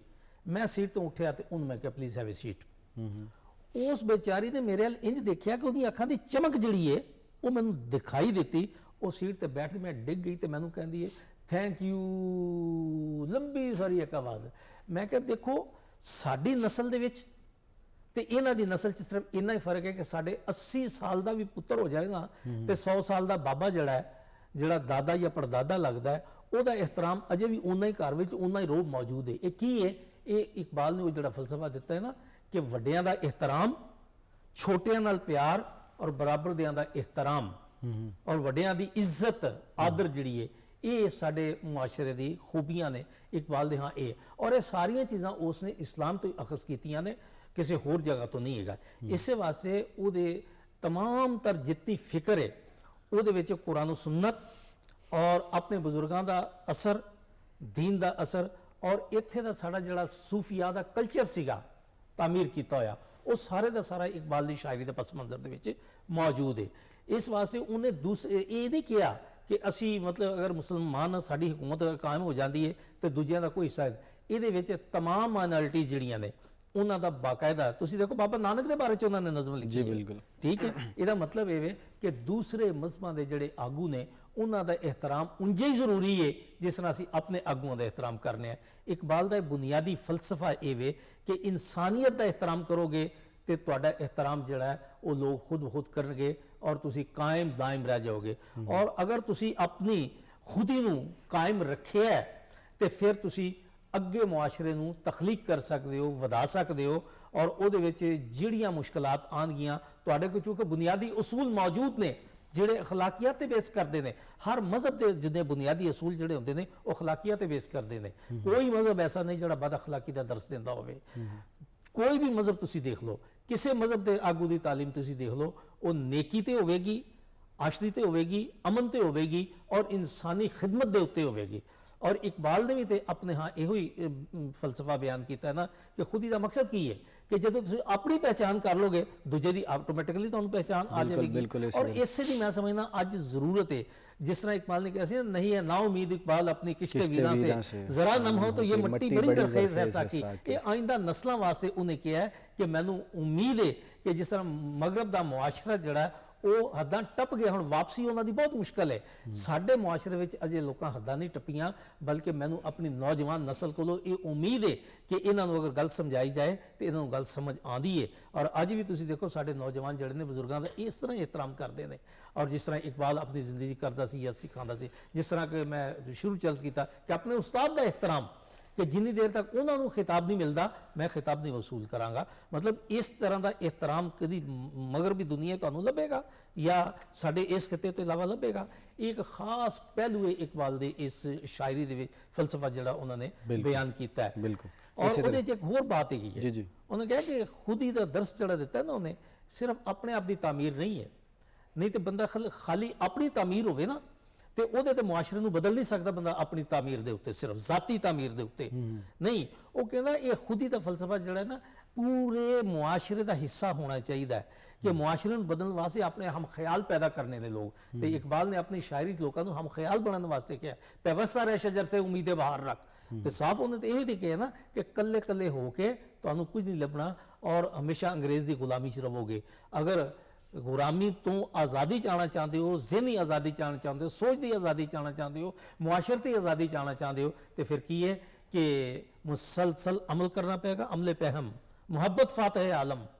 ये सारिया चीज़ां जड़ियां ने इकबाल की शायरी दे विच एक अजीम नुकता बन के साडे लई रहनुमाई दा सबब। बिल्कुल इसी तरह ही है। अच्छा सर प्रोफैसर साहब ने जिक्र किया कि बाबा गुरु नानक साहब का जिक्र उन्होंने शायरी च मिलता है, उस तो इलावा मुसलमान पंजाबी के हवाले नाल उन्होंने भी मुखातब करते हैं और रंग मजहब या नस्ल नूं वो मुख नहीं रखते और बहुत ज़्यादा फलसफियां नूं हिस्टोरीअनस नूं और लोगों नूं वो शामिल करते हैं अपनी शायरी च और उन्होंने फलसफे नूं। लेकिन किते ना किते उन्हां दी शायरी दे विच जिहड़े सूफी शुआरा ने उन्हां दा नां लिखिया घट लभदा या नहीं लभदा, जिवें बुल्ले शाह का जिक्र नहीं मिलता या शाह हुसैन का नहीं मिलता, इस तरह बाकी जिन्हें भी साडे सूफी शुआरा ने उन्हां दा जिक्र नहीं मिलता। इहदी कोई खास वजह रही होवेगी? तुसी बतौर नाकिद या उन्हां दे फलसफे और शायरी नूं जाणदियां होइआं जरा इत्ते रोशनी पाना। ਬਾਜਵਾ ਸਾਹਿਬ ਜਿਹੜਾ ਸ਼ਾਇਰ ਹੁੰਦਾ ਹੈ ਉਹ ਇਨਸਾਨ ਦੀ ਬਜਾਏ ਇਨਸਾਨੀਅਤ ਔਰ ਆਦਮ ਦੀ ਬਜਾਏ ਆਦਮੀਅਤ ਦਾ ਕਾਇਲ ਹੁੰਦਾ ਹੈ ਔਰ ਉਹਦੀ ਜਿਹੜੀ ਇੱਕ ਆਰਟਿਸਟ ਜਿਹੜਾ ਹੁੰਦਾ ਹੈ ਉਹ ਹਮੇਸ਼ਾ ਇਨਸਾਫ ਦਾ, ਬੈਲੈਂਸ ਦਾ, ਤਵਾਜ਼ਨ ਦਾ ਕਾਇਲ ਹੁੰਦਾ ਹੈ। ਆਵਾਜ਼ ਦੇ ਵਿੱਚ, ਸ਼ੇਰ ਦੇ ਵਿੱਚ, ਸ਼ਕਲ ਸੂਰਤ ਦੇ ਵਿੱਚ, ਹਰ ਚੀਜ਼ ਦੇ ਵਿੱਚ ਉਹ ਇੱਕ ਤਵਾਜ਼ਨ ਦਾ ਕਾਇਲ। ਇਸ ਵਾਸਤੇ ਉਹਦਾ ਆਪਣੇ ਇੱਕ ਇਨਕਲਾਬ ਦਾ ਜਿਹੜੀ ਜਿਸ ਵੇਲੇ ਉਹ ਗੱਲ ਕਰਦੇ ਨੇ ਉਹਦੇ ਵਿੱਚ ਵੀ ਇੱਕ ਤਵਾਜ਼ਨ ਮੌਜੂਦ ਹੁੰਦਾ ਹੈ।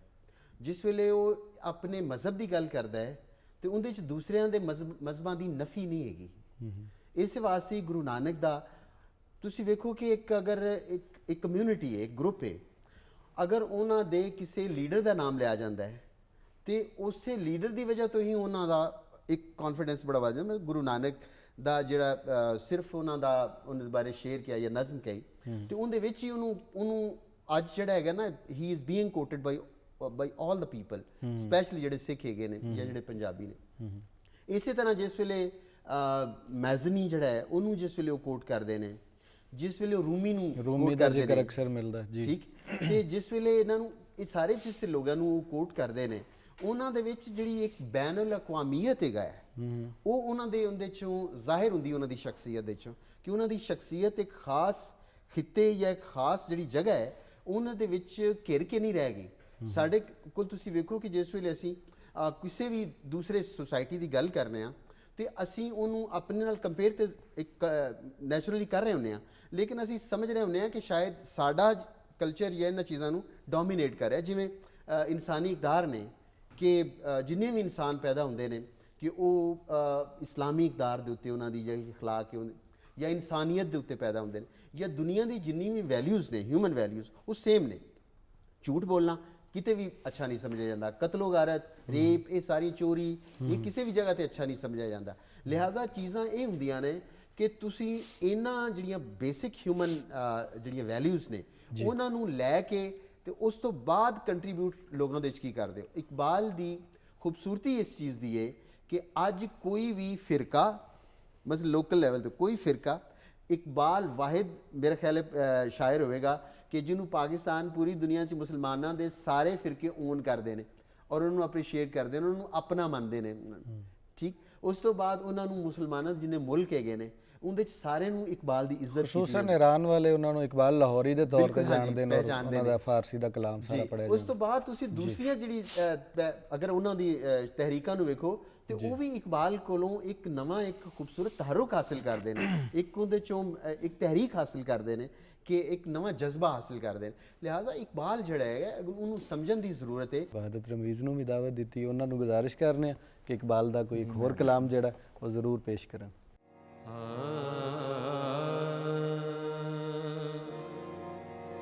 कभी ये हकीकते मुंतज़िर,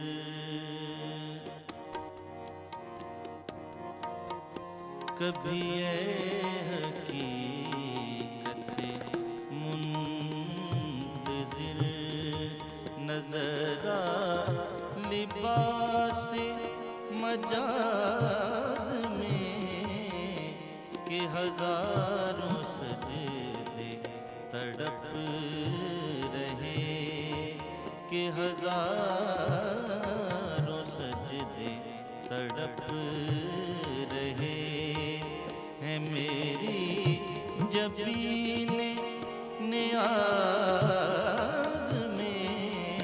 कभी ये हकीकते मुंतज़िर,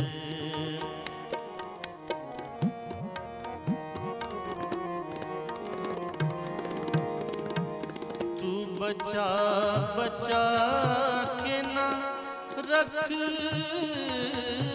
इसे, तेरा आईना है वो आईना,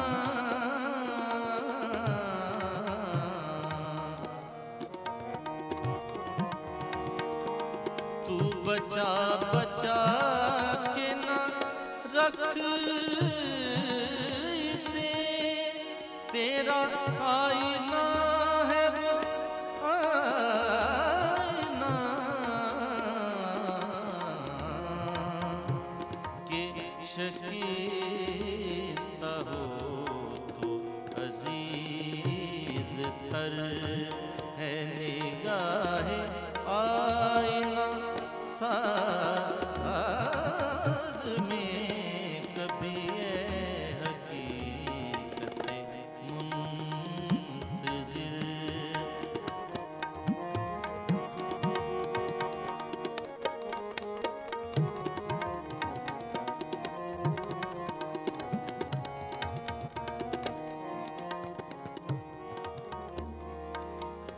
ना कहीं जहाँ में अमा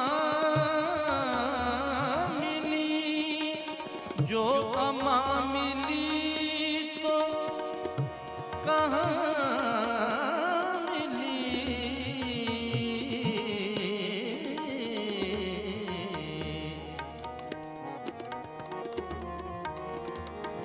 ना कहीं जहाँ में अमा मिली, जो अमा मिली तो कहाँ मिली। मेरे जुर्म में खाना खराब को तेरे अफ़वे बंदा नवाज़ में कभी ये हकीकत मुंतज़िर।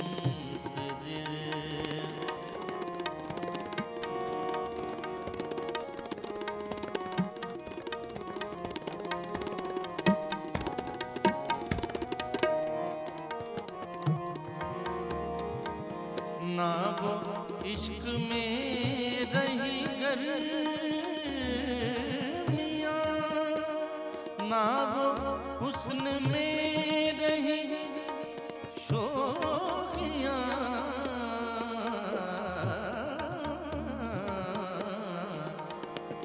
सारे मापा दा नी पा मापा गा मारे सा दान पा मापा दान पा मापा गा मारे सा। ना वो इश्क में रही गर्मियाँ, ना वो हुस्न में रही शोखियाँ, ना वो गज़नवी में तड़प रही, ना वो गम है जुल्फ़े अयार में कभी ये हकीकत मुंतज़िर।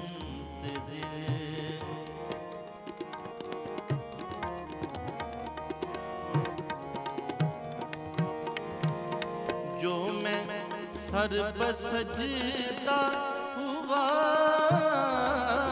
कभी तो ज़मीं से आने लगी सदा।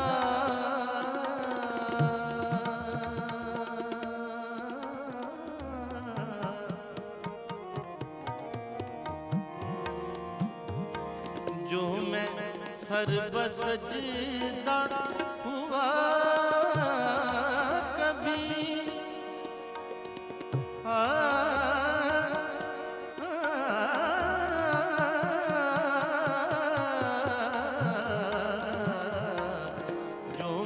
सर बसजदा हुआ कभी तो ज़मीं से आने लगी सदा। तेरा दिल तो है सनम आशिना, तुझे क्या मिलेगा नमाज में कभी ये हकीकत मुंतज़िर।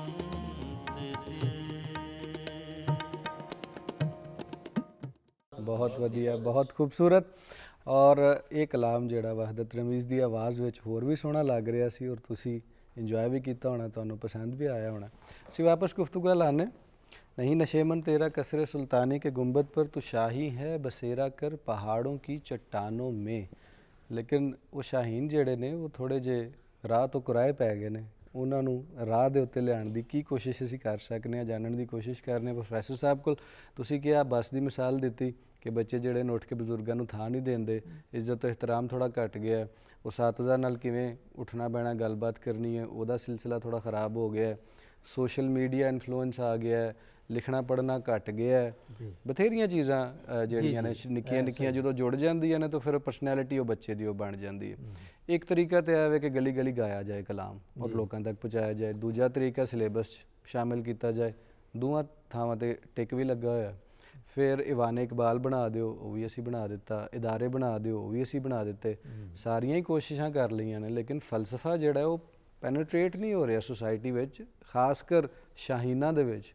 ਤਰੀਕਾਕਾਰ ਕੀ ਹੋਣਾ ਚਾਹੀਦਾ? ਕਿਹੜੀਆਂ ਨਵੀਆਂ ਚੀਜ਼ਾਂ ਅਸੀਂ ਕਰ ਸਕਦੇ ਹਾਂ? ਮੌਜੂਦਾ ਦੌਰ ਦੇ ਵਿੱਚ ਹਰ ਉਹ ਤਰੀਕਾ ਅਪਣਾਇਆ ਜਾ ਸਕਦਾ ਹੈ ਜਿਹੜਾ ਮੁਯੱਸਰ ਹੈ ਸਾਨੂੰ ਔਰ ਜਿਹੜਾ ਜਾਇਜ਼ ਤਰੀਕਾ ਹੈ। ਔਰ ਸਭ ਤੋਂ ਜ਼ਿਆਦਾ ਅਹਿਮ ਤਰੀਕਾ ਹੁੰਦਾ ਗੈਰ ਮਹਿਸੂਸਾਤੀ ਅੰਦਾਜ਼ ਦੇ ਨਾਲ ਬੱਚਿਆਂ ਨੂੰ ਤਾਲੀਮ ਦੇ ਦੇਣਾ। ਪੁਰਾਣੇ ਜ਼ਮਾਨੇ ਤੁਸੀਂ ਦੇਖਿਆ ਹੋਏਗਾ, ਮੈਂ ਬਹੁਤ ਪੁਰਾਣੇ ਜ਼ਮਾਨੇ ਦੀ ਗੱਲ ਨਹੀਂ ਪਿਆ ਕਰਦਾ, ਪੁਰਾਣੇ ਜ਼ਮਾਨੇ ਤੋਂ ਮੁਰਾਦ ਹੈ ਕਿ ਸਾਡੇ ਵੱਡੇ ਬਾਪ ਦਾਦੇ ਉਹ ਜਦੋਂ ਕੋਈ ਗੱਲ ਕਰਦੇ ਸਨ ਕੋਈ ਨਾ ਕੋਈ ਦਲੀਲ ਨਾਲ ਦਿੰਦੇ ਸਨ। ਯਾਨੀ ਕੋਈ ਸ਼ੇਰ ਦਾ, ਮਿਸਰੇ ਦਾ ਜ਼ਿਕਰ ਕਰਦੇ ਸਨ ਜਾਂ ਕੋਈ ਨਜ਼ਮ ਵਿੱਚ ਸੁਣਾ ਕੋਈ ਦਿੰਦੇ ਸਨ, ਪੰਜਾਬੀ ਅਖਾਣ ਵਿੱਚ ਬੋਲ ਅਖਾਣ, ਦਿੰਦੇ ਸਨ। ਮੁਹਾਵਰਾ ਕੋਈ ਇਸ ਤਰ੍ਹਾਂ ਦੇ ਕਰ ਦਿੰਦੇ ਸਨ। ਇਕਬਾਲ ਇਸ ਕਾਬਿਲ ਹੈ ਕਿ ਉਹਦੇ ਸ਼ੇਰਾਂ ਨੂੰ ਬਤੌਰ ਮਿਸਾਲ ਦੇ ਪੇਸ਼ ਕੀਤਾ ਜਾ ਸਕੇ, ਬਤੌਰ ਨਮੂਨੇ ਦੇ ਪੇਸ਼ ਕੀਤਾ ਜਾ ਸਕੇ, ਜਾਂ ਉਹਦੇ ਸ਼ੇਰਾਂ ਤੋਂ ਇਲਾਵਾ ਉਹਦੀ ਜ਼ਿੰਦਗੀ ਦੇ ਜੋ ਵਾਕਿਆਤ ਨੇ ਉਹ ਵਾਲਿदैन ਆਪਣੇ ਬੱਚਿਆਂ ਨੂੰ ਕਹਾਣੀ ਦੇ ਰੂਪ 'ਚ ਸੁਣਾ ਸਕਦੇ ਨੇ। ਅੱਛਾ ਮਾਹੌਲ, ਜਿਸ ਤਰ੍ਹਾਂ ਇਕਬਾਲ ਨੇ ਖੁਦ ਆਪਣਾ ਮਾਹੌਲ ਪੈਦਾ ਕੀਤਾ ਆਪਣੀ ਮਿਹਨਤ ਦੇ ਨਾਲ, ਉਹ ਵੀ ਦੱਸ ਸਕਦੇ ਨੇ। ਜਿੰਨੀ ਦੇਰ ਤੱਕ ਉਸਤਾਦ, ਵਾਲਿदैन ਔਰ ਬੱਚਾ, ਇਹ ਜਿਹੜੀ ਟ੍ਰਾਈਐਂਗਲ ਬਣਦੀ ਏ, ਇਹਨਾਂ ਦਾ ਆਪਸ ਵਿੱਚ ਤਾਮਨ ਨਹੀਂ ਹੋਵੇਗਾ, ਗੱਲ ਨਹੀਂ ਬਣੇਗੀ। ਤੁਸੀਂ ਵੇਖੋ ਨਾ ਅੱਜ ਕੋਈ ਕਿੰਨੇ ਕੁ ਵਾਲਿदैन ਨੇ ਜਿਨ੍ਹਾਂ ਕੋਲ ਇੰਨਾ ਟਾਈਮ ਹੁੰਦਾ ਹੈ ਕਿ ਬੱਚਾ ਸਕੂਲ ਗਿਆ ਹੈ ਤੇ ਵਾਪਸ ਆਇਆ ਤਾਂ ਪੁੱਛਣਾ ਅੱਜ ਪੁੱਤਰ ਕੀ ਕੀਤਾ ਹੈ, ਜ਼ਰਾ ਦੱਸ ਤੇ ਸਹੀ ਨਾ ਸਾਨੂੰ। ਕਿਸੇ ਕੋਲ ਇੰਨਾ ਟਾਈਮ ਨਹੀਂ ਹੈ ਕਿ ਜਾ ਕੇ ਉਸਤਾਨੀ ਜਾਂ ਉਸਤਾਦ ਨੂੰ ਪੁੱਛ ਲਵੇ ਕਿ ਸਾਡੇ ਬੱਚੇ ਦੀ ਕੀ ਹਾਲਤ ਹੈ। ਤੇ ਉਸਤਾਦਾਂ ਔਰ ਉਸਤਾਨੀਆਂ ਕੋਲ ਵੀ ਇੰਨਾ ਟਾਈਮ ਨਹੀਂ ਹੈਗਾ ਕਿ ਅਗਰ ਬੱਚੇ ਦੀ ਹਾਲਤ ਕਮਜ਼ੋਰ ਹੈ ਜਾਂ ਉਹਨੂੰ ਪਿਕ ਨਹੀਂ ਕਰ ਰਿਹਾ ਤੇ ਵਾਲਿदैन ਨੂੰ ਬੁਲਾ ਕੇ ਕੋਈ ਤਰੀਕਾ ਸਮਝਾਣ ਕੇ ਇਸ ਤਰ੍ਹਾਂ। ਇਹ ਆਪਸ 'ਚ ਤਾਲੁਕ ਜਿਹੜਾ ਨਾ ਇਹ ਬੜਾ ਜ਼ਰੂਰੀ ਹੈ। ਇਹ ਤਾਲੀਮ ਦਾ ਬੁਨਿਆਦੀ ਜਿਹੜਾ ਨਾ ਇੱਕ ਜ਼ਰੂਰਤ ਵੀ ਹੈ ਔਰ ਨੁਕਤਾ ਵੀ ਹੈ ਕਿ ਟ੍ਰਾਈਐਂਗਲ ਜਿਹੜੀ ਉਹ ਕਾਇਮ ਹੋ ਜਾਵੇ। ਤੇ ਚੂੰਕਿ ਇਕਬਾਲ ਸਾਡੇ ਨਸਾਬਾਤ 'ਚ ਵੀ ਸ਼ਾਮਲ ਹੈ, ਅਸਾਤਜ਼ਾ ਦਾ ਵੀ ਉਹਨੇ ਫਰਜ਼ ਹੈ ਜਿੰਨਾ ਵਾਲਿदैन ਦਾ, ਔਰ ਇਹਦੇ ਨਾਲ ਬੱਚੇ ਦਾ ਆਪਣਾ ਵੀ ਇੱਕ ਫਰਜ਼ ਹੈ ਕਿ ਵਾਲਿदैन ਨੇ ਜਿਹੜਾ ਇਤਮਾਦ ਕੀਤਾ ਉਹਨੂੰ ਸਕੂਲ ਭੇਜਣ ਤੇ ਜਾਂ ਕਾਲਜ ਭੇਜਣ ਜਾਂ ਯੂਨੀਵਰਸਿਟੀ ਭੇਜਣ ਤੇ ਉਸ ਇਤਮਾਦ ਤੇ ਪੂਰਾ ਉਤਰਨ ਵਾਸਤੇ ਅਲਾਮਾ ਦੀ ਜ਼ਿੰਦਗੀ ਨੂੰ ਸਾਹਮਣੇ ਰੱਖੇ। ਔਰ ਉਸਤਾਦ ਦਾ ਵੀ ਕੰਮ ਇਹ ਵੇ ਕਿ ਦੇਖੋ ਤੇ ਬੱਚੇ ਨੇ ਕਿਤਾਬ ਤੇ ਘਰ ਬਹਿ ਕੇ ਵੀ ਪੜ੍ਹ ਲੈਣੀ ਹੈ, ਕਾਲਜ ਜਾਂ ਯੂਨੀਵਰਸਿਟੀ ਕੱਲ ਨਹੀਂ ਅਸੀਂ ਭੇਜਦੇ ਆ ਕਿ ਉਸਤਾਦ ਦੀ ਨਜ਼ਰ ਦਾ ਫੈਜ਼ਾਨ ਜਿਹੜਾ ਹੈ ਨਾ ਉਹ ਬੱਚੇ ਦੇ ਸੀਨੇ ਦੇ ਵਿੱਚ ਉਤਰ ਜਾਂਦਾ ਹੈ ਔਰ ਉਹ ਤਾਲੀਮ ਦੇ ਨਾਲ ਨਾ ਤਰਬੀਅਤ ਵੀ ਕਰਦਾ ਹੈ। ਤੇ ਇਸੇ ਤਰ੍ਹਾਂ ਇਕਬਾਲ ਪੜ੍ਹਾਉਂਦੇ ਵੀ ਰਹੇ ਨੇ, ਤੁਹਾਨੂੰ ਪਤਾ ਹੈ ਜੀ। ਉਹਨਾਂ ਦੇ ਦੌਰ ਦੇ ਵਿੱਚ ਜਿਸ ਤਰ੍ਹਾਂ ਦੀ ਤਾਲੀਮ ਸੀ ਉਹਦੇ ਵਿੱਚ ਇਕਬਾਲ ਨੇ ਆਪਣਾ ਨਾਮ ਪੈਦਾ ਕੀਤਾ ਨਾ। ਹਾਲਾਂਕਿ ਗੁਲਾਮੀ ਦਾ ਦੌਰ ਸੀ, ਹੁਣ ਸਾਡੇ ਕੋਲ ਤੇ ਆਜ਼ਾਦੀ ਦਾ ਦੌਰ ਹੈ, ਸਾਡੇ ਕੋਲ ਤੇ ਕਈ ਜ਼ਰਾਏ ਨੇ। ਔਰ ਇਕਬਾਲ ਨੇ ਜਿਹੜਾ ਸ਼ਾਹੀਨ ਬੱਚਿਆਂ ਨੂੰ ਕਿਹਾ ਕਿ ਇਹ ਕੋਈ ਇਕਬਾਲ ਨੇ ਆਪਣਾ ਤਸੱਵਰ ਨਹੀਂ ਇਹ ਤਖਲੀਕ ਕੀਤਾ, ਇਹ ਵਾਰਿਸ ਸ਼ਾਹ ਕੋਲ ਵੀ ਮੌਜੂਦ ਹੈ। ਜਿਸ ਤਰ੍ਹਾਂ ਸ਼ੁਰੂ ਚ ਕਿ ਬਜ਼ੁਰਗਾਂ ਦਾ ਕਲਾਮ ਵੀ ਸੁਣਦੇ ਸਾਂ, ਉਹ ਕਹਿੰਦਾ ਤੈਨੂੰ ਰੱਬ ਸ਼ਹਿਬਾਜ਼ ਬਣਾਇਆ ਸੀ, ਬਣਿਓ ਕਰਤਬਾ ਨਾਲ ਤੂੰ ਇਲ ਆਪੇ। ਵਾਰਿਸ ਸ਼ਾਹ ਕਹਿੰਦਾ ਉਸੇ ਤੋਂ ਸ਼ਾਹੀਨ ਦਾ ਤਸੱਵਰ ਇਹਦੇ ਇਕਬਾਲ ਨੇ ਜਿਹੜਾ ਲਿਆ, ਲੇਕਿਨ ਆਪਣੇ ਅੰਦਾਜ਼ ਦੇ ਵਿੱਚ ਇੱਕ ਇਨਫਰਾਦੀਅਤ ਦੇ ਨਾਲ ਅੱਗੇ ਵਧਾਇਆ। ਉਹ ਕਹਿੰਦਾ ਕਿ ਸ਼ਾਹੀਨ ਕਿਉਂ ਨੇ ਇਹ ਮਤਲਬ ਸਿੰਬਲ ਲਿਆ।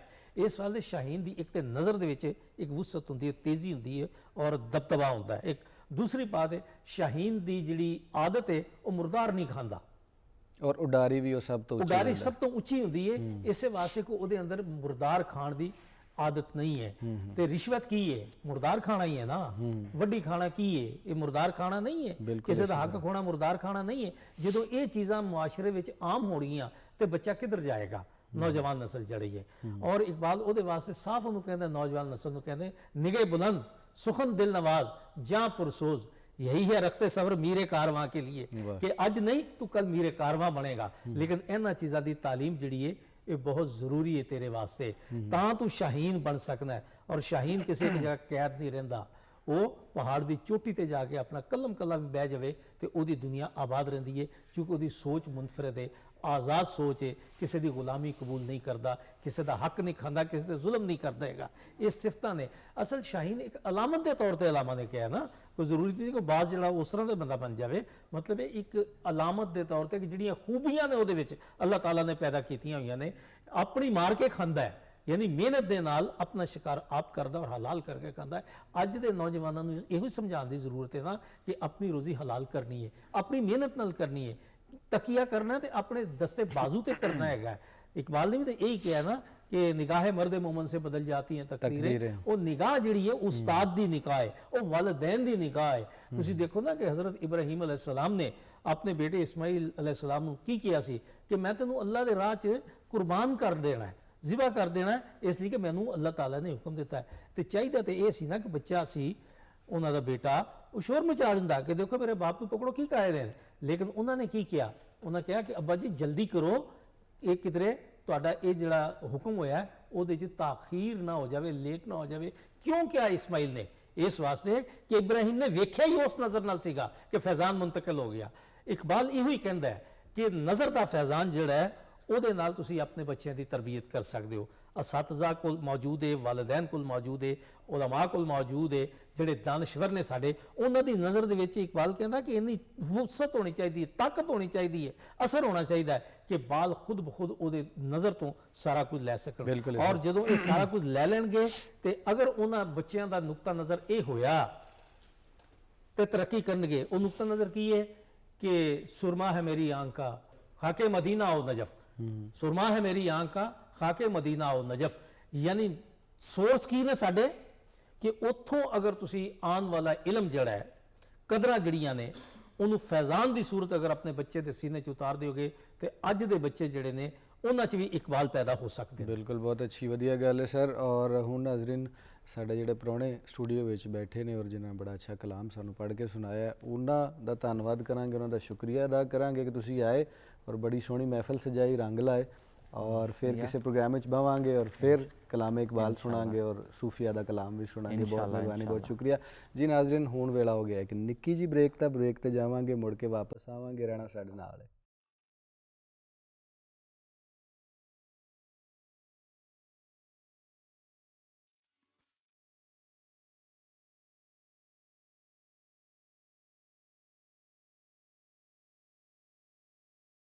जी सत बिस्मिल्ला ते जी आयां नूं पाकिस्तान टैलीविजन लाहौर सेंटर तो अली उस्मान बाजवा एक बारी फिर तुहानूं जी आयां नूं कहंदा।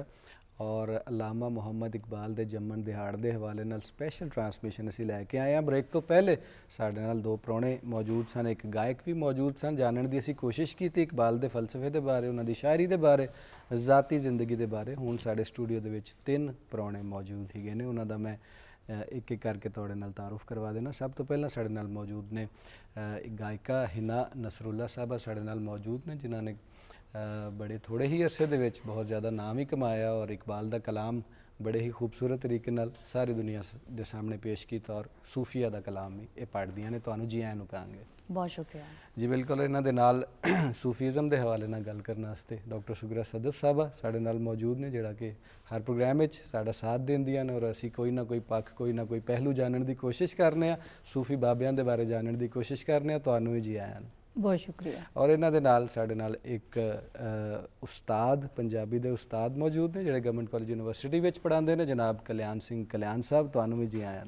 धन्यवाद। कैसी तबीयत है तुहाडी? बहुत अच्छा, सवालात तो मैं बाद च करांगा, लेकिन मैं चाह रहा कि पहले असी एक कलाम जिहड़ा है वो अपने सुनने वालियां नूं, वेखण वालियां नूं जिहड़ा वो पेश कर दईए।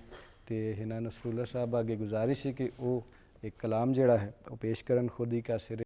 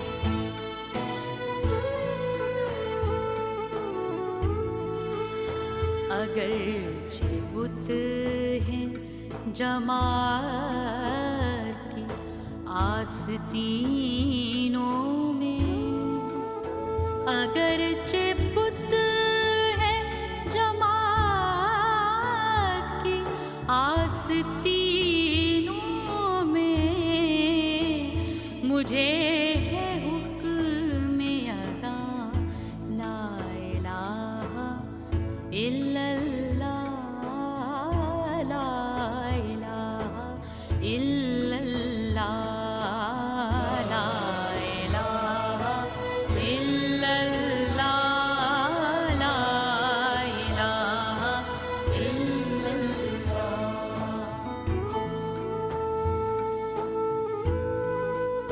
ये नगमा फसले गुलो लाला का नहीं पाबंद,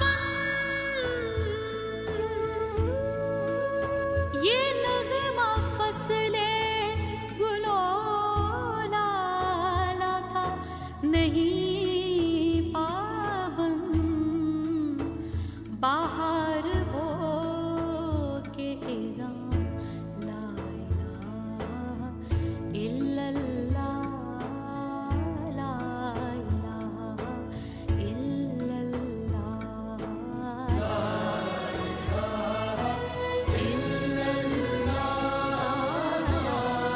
इलाहा इल्लल्लाह। वाह, खूबसूरत अंदाज़ और ख़ूबसूरत कलाम, खूबसूरत आवाज़। अगरचे बुत हैं जमात की आस्तीनों में, मुझे है हुक्म अज़ां ला इलाहा इल्लल्लाह। ला इलाहा दी गल हो रही है कल्याण साहब और वहदानियत दी गल हो रही है, तो सिख मज़हब सिख धर्म और इस्लाम दे विच जिहड़ी एक जुड़त बनदी है, वहदानियत दे उत्ते आके किते ना किते सानू नज़र आउंदी।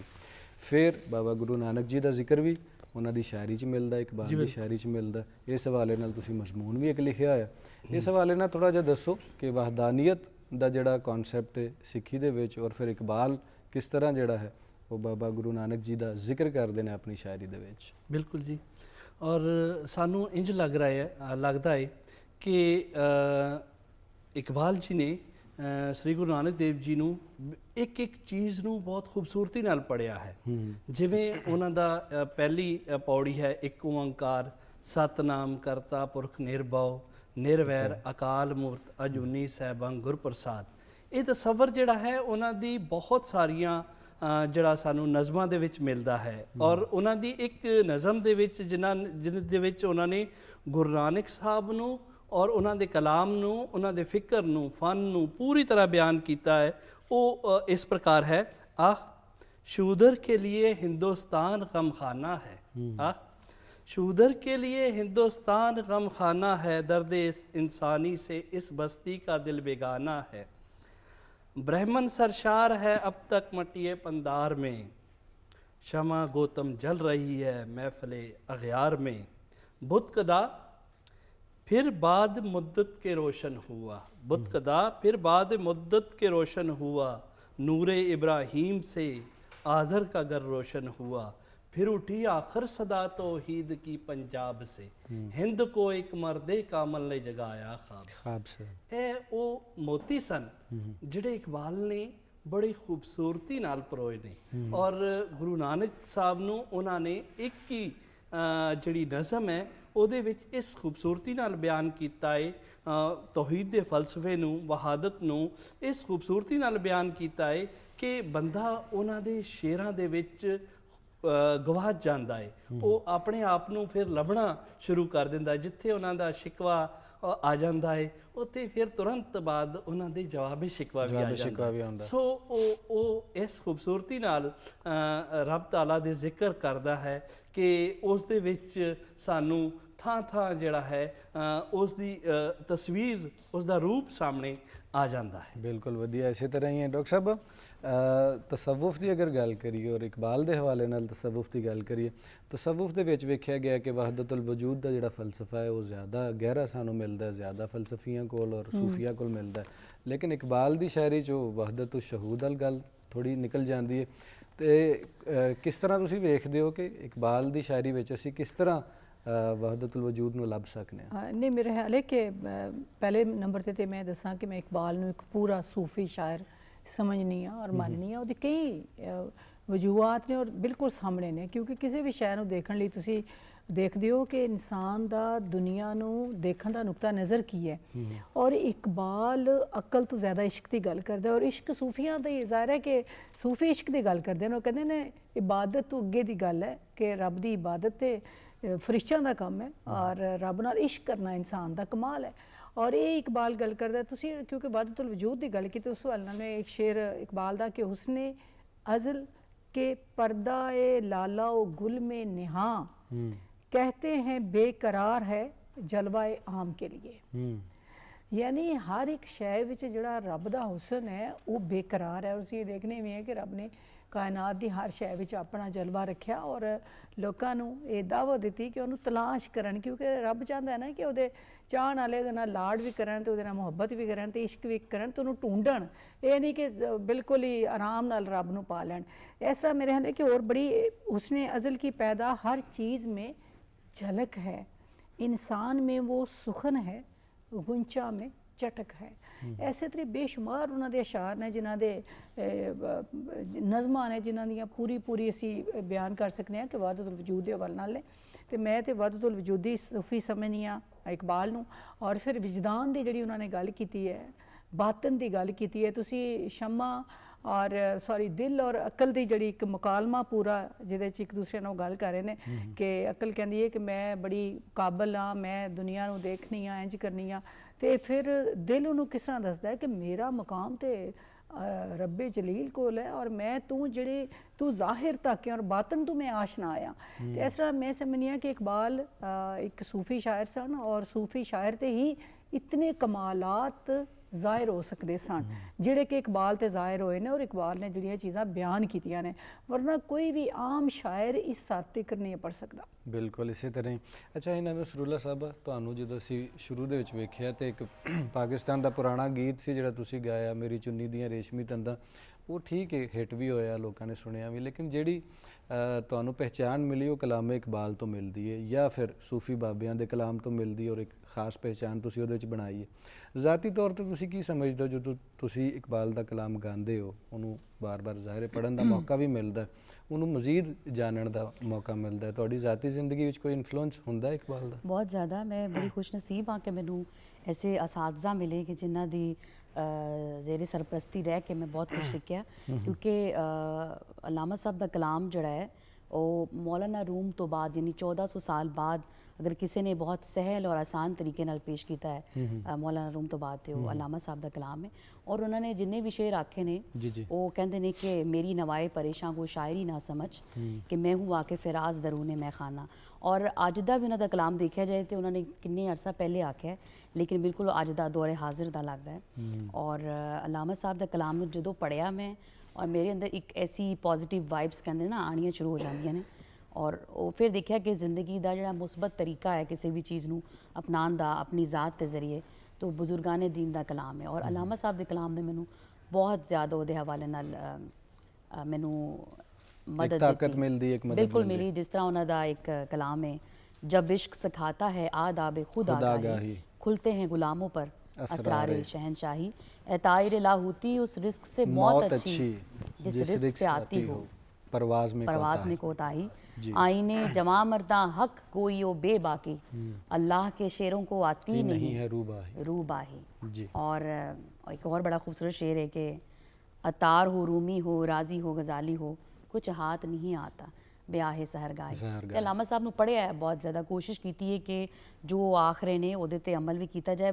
उन्होंने जिन्ना पढ़िया है ना, यानी कि सुत्या पे तुसी जाग जाते हो, एक हरकत तुसी अपने अंदर महसूस करते हो और अपने अंदर एक तब्दीली महसूस करते हो कि तुहानू पॉजिटिवली कुछ खास करना किस्म दी चाहिए। अग पैदा होंदी है, एक अमन पैदा करन दी भी और किते वधन दी किते पहुंचण दी एक जिहड़ी है ना गल कर देन।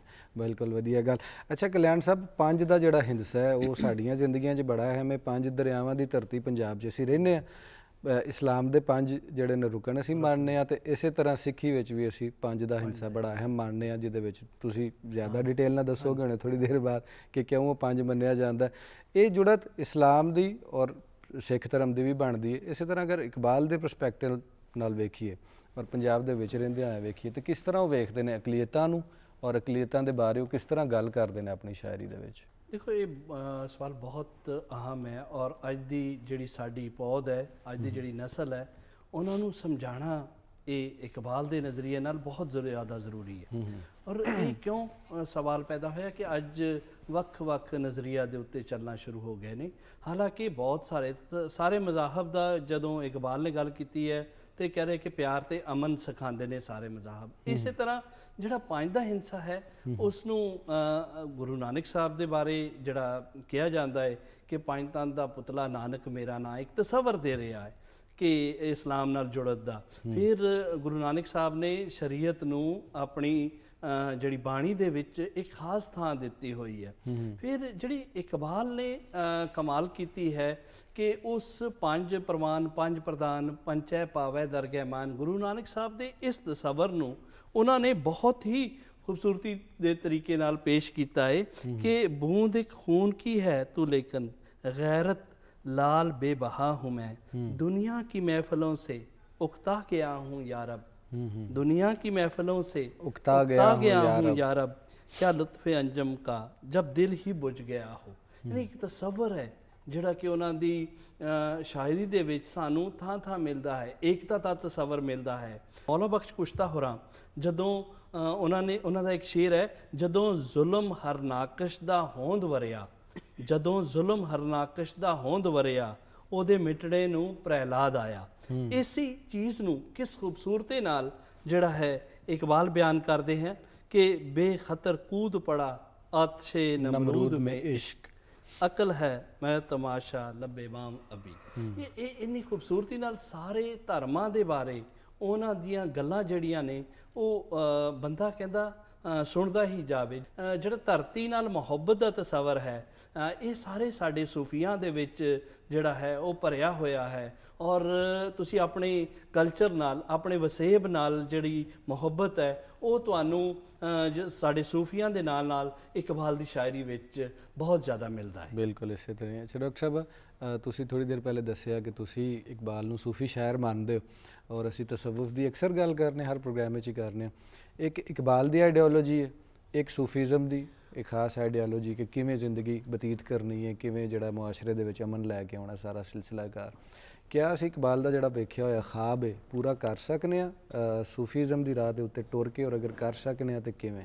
ਬਿਲਕੁਲ ਮੇਰਾ ਖਿਆਲ ਹੈ ਕਿ ਇਕਬਾਲ ਦਾ ਜਿਹੜਾ ਖਾਬ ਹੈ ਔਰ ਬਾਕੀ ਸੂਫੀਆਂ ਨਾਲ ਮਿਲਦਾ ਹੈ। ਅਸੀਂ ਜਦੋਂ ਬਾਕੀ ਸੂਫੀਆਂ ਦੀ ਗੱਲ ਕਰਨੇ ਆ ਤੇ ਮਾਦਰੀ ਜ਼ੁਬਾਨ 'ਚ ਜ਼ਿਆਦਾਤਰ ਸੂਫੀਆਂ ਨੇ ਲਿਖਿਆ ਹੈ ਔਰ ਇਕਬਾਲ ਦਾ ਕਿਉਂਕਿ ਉਰਦੂ 'ਚ ਇੱਕ ਪੂਰਾ ਨਿਜ਼ਾਮ ਹੈ ਇਸ ਲਈ ਉਹਨੂੰ ਥੋੜੀ ਤਫਹੀਮ ਉਹਦੀ ਮੁਖਤਲਿਫ ਹੋ ਜਾਂਦੀ ਹੈ। ਔਰ ਕਿਉਂਕਿ ਜਿਹੜੀ ਮਾਦਰੀ ਜ਼ਬਾਨ ਹੈ ਉਹਦੀ ਜੁੜਤ ਹੁੰਦੀ ਹੈ ਜ਼ਮੀਨ ਨਾਲ ਤੇ ਇਹਨੂੰ ਥੋੜਾ ਸਮਝਣ ਲਈ ਫਾਰਸੀ ਤਸ਼ਬੀਹਾਤ ਨੇ ਔਰ ਤਲਾਜ਼ਮੇ ਔਰ ਸਾਰੀਆਂ ਚੀਜ਼ਾਂ ਨੂੰ ਥੋੜਾ ਪਿੱਛੇ ਜਾ ਕੇ ਸਮਝਣਾ ਪੈਂਦਾ ਹੈ। ਔਰ ਇੱਕ ਪੂਰੀ ਇੱਕ ਰਵਾਇਤ ਹੈ। ਮੇਰਾ ਖਿਆਲ ਹੈ ਕਿ ਇਕਬਾਲ ਦੀ ਜਿਸ ਤਰ੍ਹਾਂ ਕਿ ਹੁਣੇ ਮੇਰੇ ਭਰਾ ਨੇ ਕਹੀ ਗੱਲ ਕਿ ਸਾਰੇ ਕਿਸੇ ਵੀ ਧਰਮ ਨੂੰ ਬੁਰਾ ਨਹੀਂ ਕਿਹਾ, ਇਹ ਸੂਫੀਆਂ ਦਾ ਹੀ ਵਤੀਰਾ ਹੈ ਨਾ। ਉਹ ਕਿਸੇ ਨੂੰ ਮਾੜਾ ਨਹੀਂ ਸਮਝਦੇ। ਉਹ ਕਹਿੰਦੇ ਨੇ ਰੱਬ ਦੀ ਤਕਸੀਮ ਹੈ, ਰੱਬ ਚਾਹੁੰਦਾ ਤੇ ਕੋਈ ਧਰਮ ਹੁੰਦਾ ਦੁਨੀਆ 'ਚ, ਕੋਈ ਦੀਨ ਹੁੰਦਾ, ਰੱਬ ਦੀ ਤਕਸੀਮ ਹੈ ਰੰਗਾ ਰੰਗੀ। ਇਕਬਾਲ ਨੇ ਵੀ ਇਹਨੂੰ ਨਹੀਂ ਕਿਧਰੇ ਨਿੰਦਿਆ ਨਹੀਂ ਕੀਤੀ। ਉਹਨਾਂ ਨੇ ਬਾਬਾ ਗੁਰੂ ਨਾਨਕ ਨੂੰ ਵੀ ਇਸਲਾਮ ਪੇਸ਼ ਕੀਤਾ, ਉਹਨਾਂ ਨੇ ਬਾਕੀ ਮਜ਼ਾਹਬ ਨੂੰ ਵੀ ਇਸਲਾਮ ਪੇਸ਼ ਕੀਤਾ ਔਰ ਅਸਲ ਇਸਲਾਮ ਜਿਹੜਾ ਅਸਲ ਇਸਲਾਮ ਉਹਨਾਂ ਨੇ ਪੇਸ਼ ਕੀਤਾ, ਟ੍ਰਿਬਿਊਟ ਦਿੱਤਾ ਇਨਸਾਨ ਨੂੰ। ਔਰ ਤੁਸੀਂ ਦੇਖੋ ਕਿ ਅਸੀਂ ਸ਼ੁਰੂ ਦੇਖਦੇ ਹਾਂ ਕਿ ਉਹਨਾਂ ਨੇ ਗੱਲ ਕੀਤੀ ਹੈ ਮੁਸਲਮਾਨ ਦੀ ਗੱਲ ਉਹ ਕਰਨ, ਫਿਰ ਮੁਸਲਮਾਨ ਤੋਂ ਇਨਸਾਨ ਤਿਕਰ ਗਏ ਨੇ। ਅਰੂਜੇ अंजमे खाकी से जब वो कहते हैं कि सितारे सहमे जाते हैं कि ये टूटा हुआ तारा मह कामल ना बन जाए, उत्थे हुण खाकी इंसान रह गया। ठीक है, एक वो इंसान कि जिहड़ा पूरी दुनिया विच एक जिहा है और जिहड़ा खालिक दी मखलूक है। तो मेरा ख्याल है कि जिहड़ी इकबाल दा जिस तरह असीं बाकी फलसफा देखने आ, इश्क दे हवाले नाल मैं गल कीती कि तसव्वुफ दा सब तो वड्डा असूल ते इश्क है। उन्हें दो शेर तुसीं सुणोगे, एक तो असीं अक्सर उन्हां दा शेर पढ़ने आ कि अगर है इश्क तो है कुफर भी मुसलमानी, ना हो तो है मर्दे मुसलमान भी काफर हो जंदीक। यानी अगर इश्क नहीं है तो फिर कोई चीज़ नहीं। और सूफी की कहते हैं वो भी ये गल कहते हैं।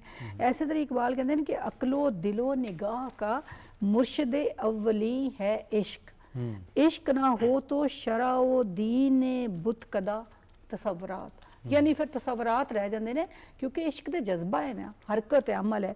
इस तरीके उन्होंने है कि वो कहते हैं कि ना इश्क दमे जबरील, इश्क दिले मुस्तफ़ा, इश्क खुदा का रसूल, इश्क खुदा का कलाम।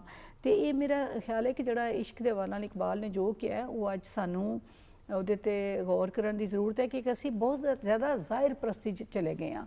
यानी ਅਸੀਂ ਉਹ ਜਿਹੜੀ ਸ਼ਰੀਅਤ ਦੀ ਇਹਨਾਂ ਨੇ ਗੱਲ ਕੀਤੀ, ਸ਼ਰੀਅਤ ਔਰ ਤਰੀਕਤ ਦੋਵਾਂ ਨੂੰ ਸਾਥ ਲੈ ਕੇ ਟੁਰੀਏ ਤੇ ਗੱਲ ਬਣਦੀ ਹੈ ਨਾ।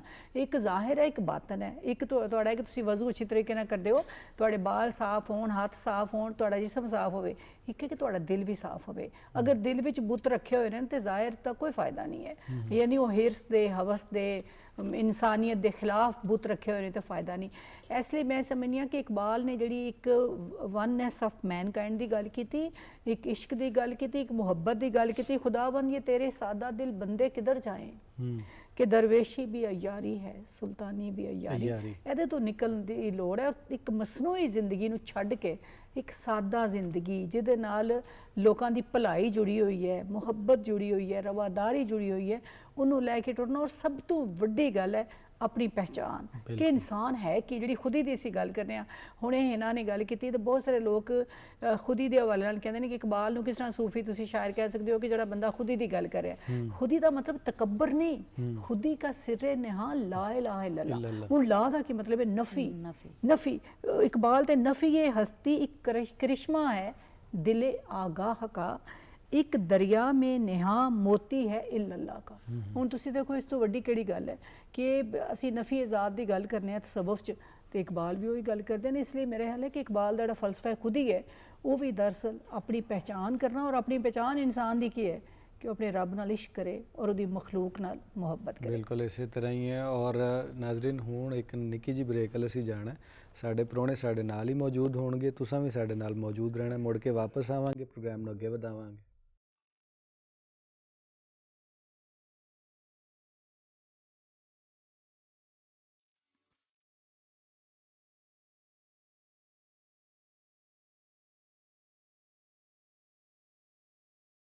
हर लहजा मोमिन में नई यान नई शान, गुफ्तार में किरदार में अल्लाह की बुरहान।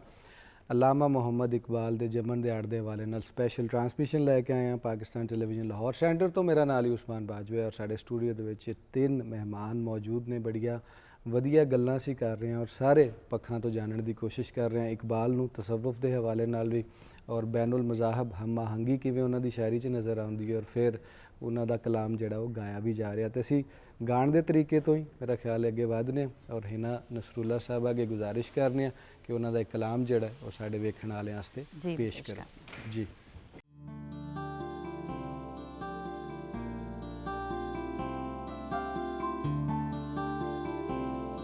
आईने जवां मर्दा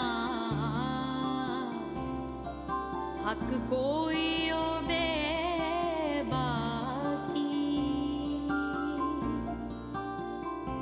आईने जवां मर्दा हक कोई ओबे बाकी। अल्लाह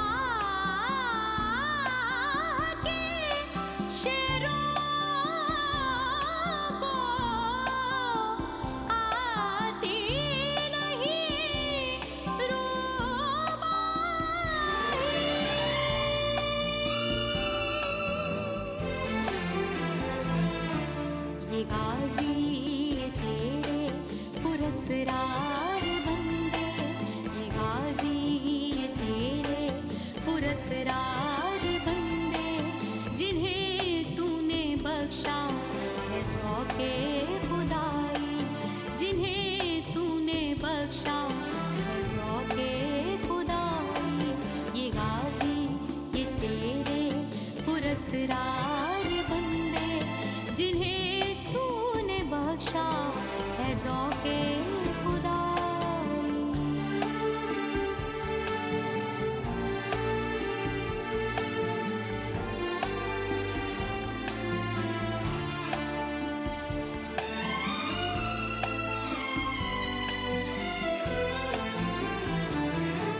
दुनी मिन की ठोकर से सहरा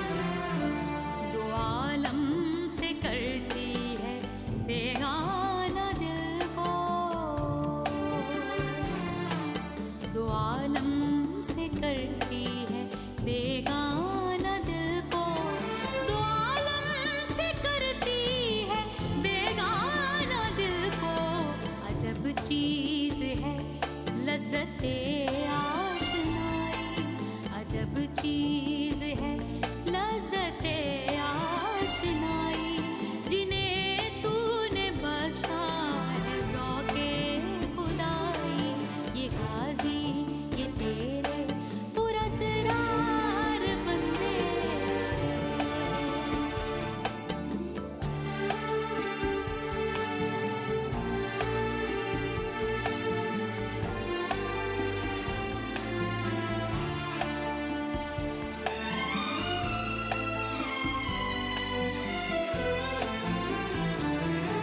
शहादत है मतलूब व मकसूद मोमिन, शहादत है मतलूब व मकसूद मोमिन, शहादत है मतलूब व मकसूद मोमिन, न माले गनीमत न किश्वर खुशाई, न माले गनीमत न किश्वर खुशाई, जिन्हें तूने बख्शा है ज़ौक़े खुदाई, ये गाजी ये तेरे पुरस्कार बंदे, ये गाजी ये तेरे पुरस्कार बंदे, जिन्हें तूने बख्शा है ज़ौक़े खुदाई, जिन्हें तूने बख्शा है ज़ौक़े खुदाई, जिन्हें तूने बख्शा है ज़ौक़े खुदाई, जिन्हें तूने बख्शा है ज़ौक़े खुदाई। वाह खूबसूरत। ये गाजी ये तेरे पुरस्कार बंदे जिन्हें तूने बख्शा है ज़ौक़े खुदाई। ਅੱਛਾ ਕਲਿਆਣ ਸਾਹਿਬ, ਤੁਸੀਂ ਬ੍ਰੇਕ ਤੋਂ ਪਹਿਲੇ ਜ਼ਿਕਰ ਕਰ ਰਹੇ ਸੀ ਕਿ ਬਾਬਾ ਗੁਰੂ ਨਾਨਕ ਦੇਵ ਜੀ ਦੇ ਹਵਾਲੇ ਨਾਲ ਇਕਬਾਲ ਦੀ ਸ਼ਾਇਰੀ 'ਚ ਸਾਨੂੰ ਮਿਲਦਾ, ਫਿਰ ਲਫ਼ਜ਼ ਪੰਜਾਬ ਦਾ ਮਿਲਦਾ ਕਿ ਪੰਜਾਬ ਤੋਂ ਆਵਾਜ਼ ਉੱਠਦੀ ਤਾਂ ਪੰਜਾਬ ਦੀ ਅਹਿਮੀਅਤ ਵੀ ਵੱਧਦੀ ਔਰ ਤੌਹੀਦ ਦਾ ਵੀ ਵਿੱਚ ਲਫ਼ਜ਼ ਆਉਂਦਾ, ਫਿਰ ਏਕ ਓਂਕਾਰ ਦਾ ਵੀ ਤੁਸੀਂ ਜ਼ਿਕਰ ਕੀਤਾ। ਇਸ ਹਵਾਲੇ ਨਾਲ ਮੇਰਾ ਖਿਆਲ ਹੈ ਕਿ ਸਾਨੂੰ ਹੋਰ ਡਿਟੇਲ ਨਾਲ ਸਮਝਾਉਣਾ ਚਾਹੀਦਾ। ਛੋਟੇ ਬੱਚੇ ਵੀ ਵੇਖ ਰਹੇ ਹੋਣਗੇ, ਟੀਨੇਜਰ ਵੀ ਵੇਖ ਰਹੇ ਹੋਣਗੇ ਕਿ ਕੀ ਸਿੱਖ ਮਤ ਵਹਦਾਨੀਅਤ ਦਾ ਕਿਵੇਂ ਪ੍ਰਚਾਰ ਕਰਦਾ, ਕਿਵੇਂ ਦਰਸ ਦਿੰਦਾ ਔਰ ਕਿਵੇਂ ਇੱਕ ਜੁੜਤ ਔਰ ਇੱਕ ਸਾਂਝ ਜਿਹੜੀ ਕਿ ਪੰਜਾਬੀਆਂ ਦੀ ਬਣ ਜਾਂਦੀ ਆਪਸ ਵਿੱਚ, ਉਹ ਕਿਵੇਂ ਬਣਦੀ ਹੈ?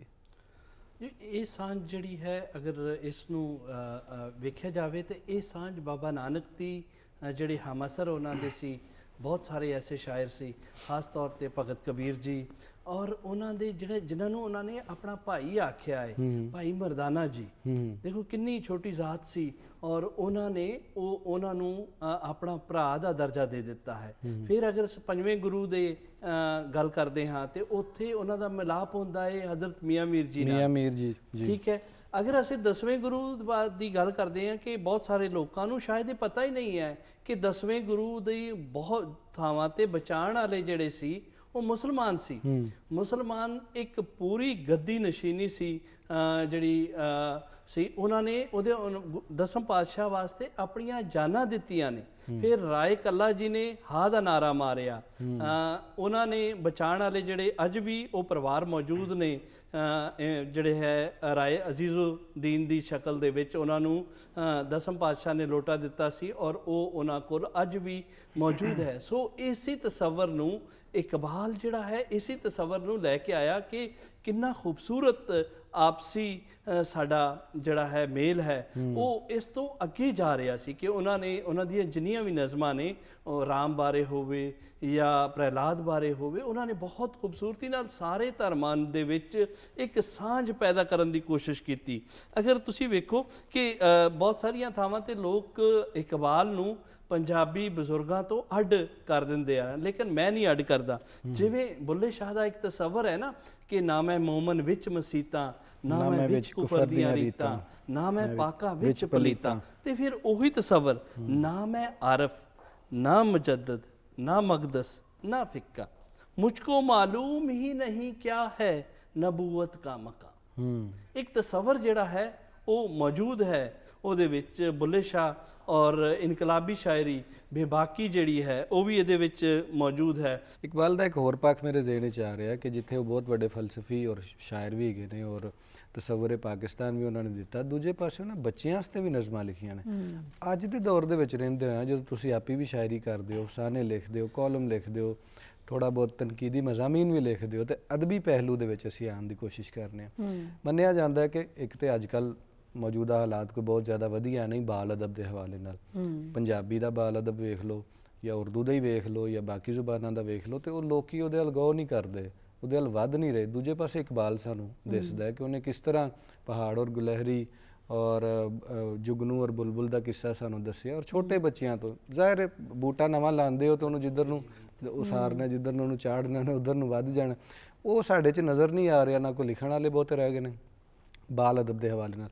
ਇਕਬਾਲ ਨੂੰ ਮੁੱਖ ਰੱਖਦਿਆਂ ਹੋਇਆਂ ਆਪਣੀ ਕੌਮ ਨੂੰ ਅਸੀਂ ਕਿਸ ਤਰ੍ਹਾਂ ਦੱਸ ਸਕਦੇ ਹਾਂ ਕਿ ਬਾਲ ਅਦਬ ਇੱਕ ਤੇ ਜ਼ਰੂਰੀ ਕਿਉਂ ਹੈ और आजकल ਉਹਦੀ ਕੀ सूरत हाल है? हाँ, बहुत अच्छा मेरे हाले सवाल है और एक सवाल पूरी कौम ਨੂੰ ਹੀ ਹੈ ਕਿ ਆਖਰ ਅਸੀਂ ਇਸ ਪਾਸੇ ਕਿਉਂ ਨਹੀਂ ਜਾ ਰਹੇ। ਅਸੀਂ ਇੱਕ ਬਹੁਤ ਵੱਡੀ ਆਬਾਦੀ ਜਿਹੜੀ ਹੈ ਪਾਕਿਸਤਾਨ ਦੀ ਦੁਨੀਆ ਦੀ ਉਹਨੂੰ ਨਜ਼ਰਅੰਦਾਜ਼ ਕਰ ਰਹੇ ਹਾਂ ਔਰ ਇੰਨਾ ਹੀ ਬੱਚਿਆਂ ਨੇ ਕੱਲ ਵੱਡਿਆਂ ਹੋ ਕੇ ਤੇ ਮੁਲਕ ਨੂੰ ਵੀ ਸੰਭਾਲਣਾ ਹੈ ਔਰ ਨਿਜ਼ਾਮ ਨੂੰ ਵੀ ਚਲਾਉਣਾ ਹੈ। ਤੇ ਅਗਰ ਉਹਨਾਂ ਦੀ ਤਰਬੀਅਤ ਕਰਨ 'ਚ ਅਸੀਂ ਕੋਤਾਹੀ ਕਰ ਰਹੇ ਹਾਂ ਤੇ ਜ਼ਾਹਿਰ ਹੈ ਸਾਰੇ ਜ਼ਿੰਮੇਦਾਰ ਹਾਂ।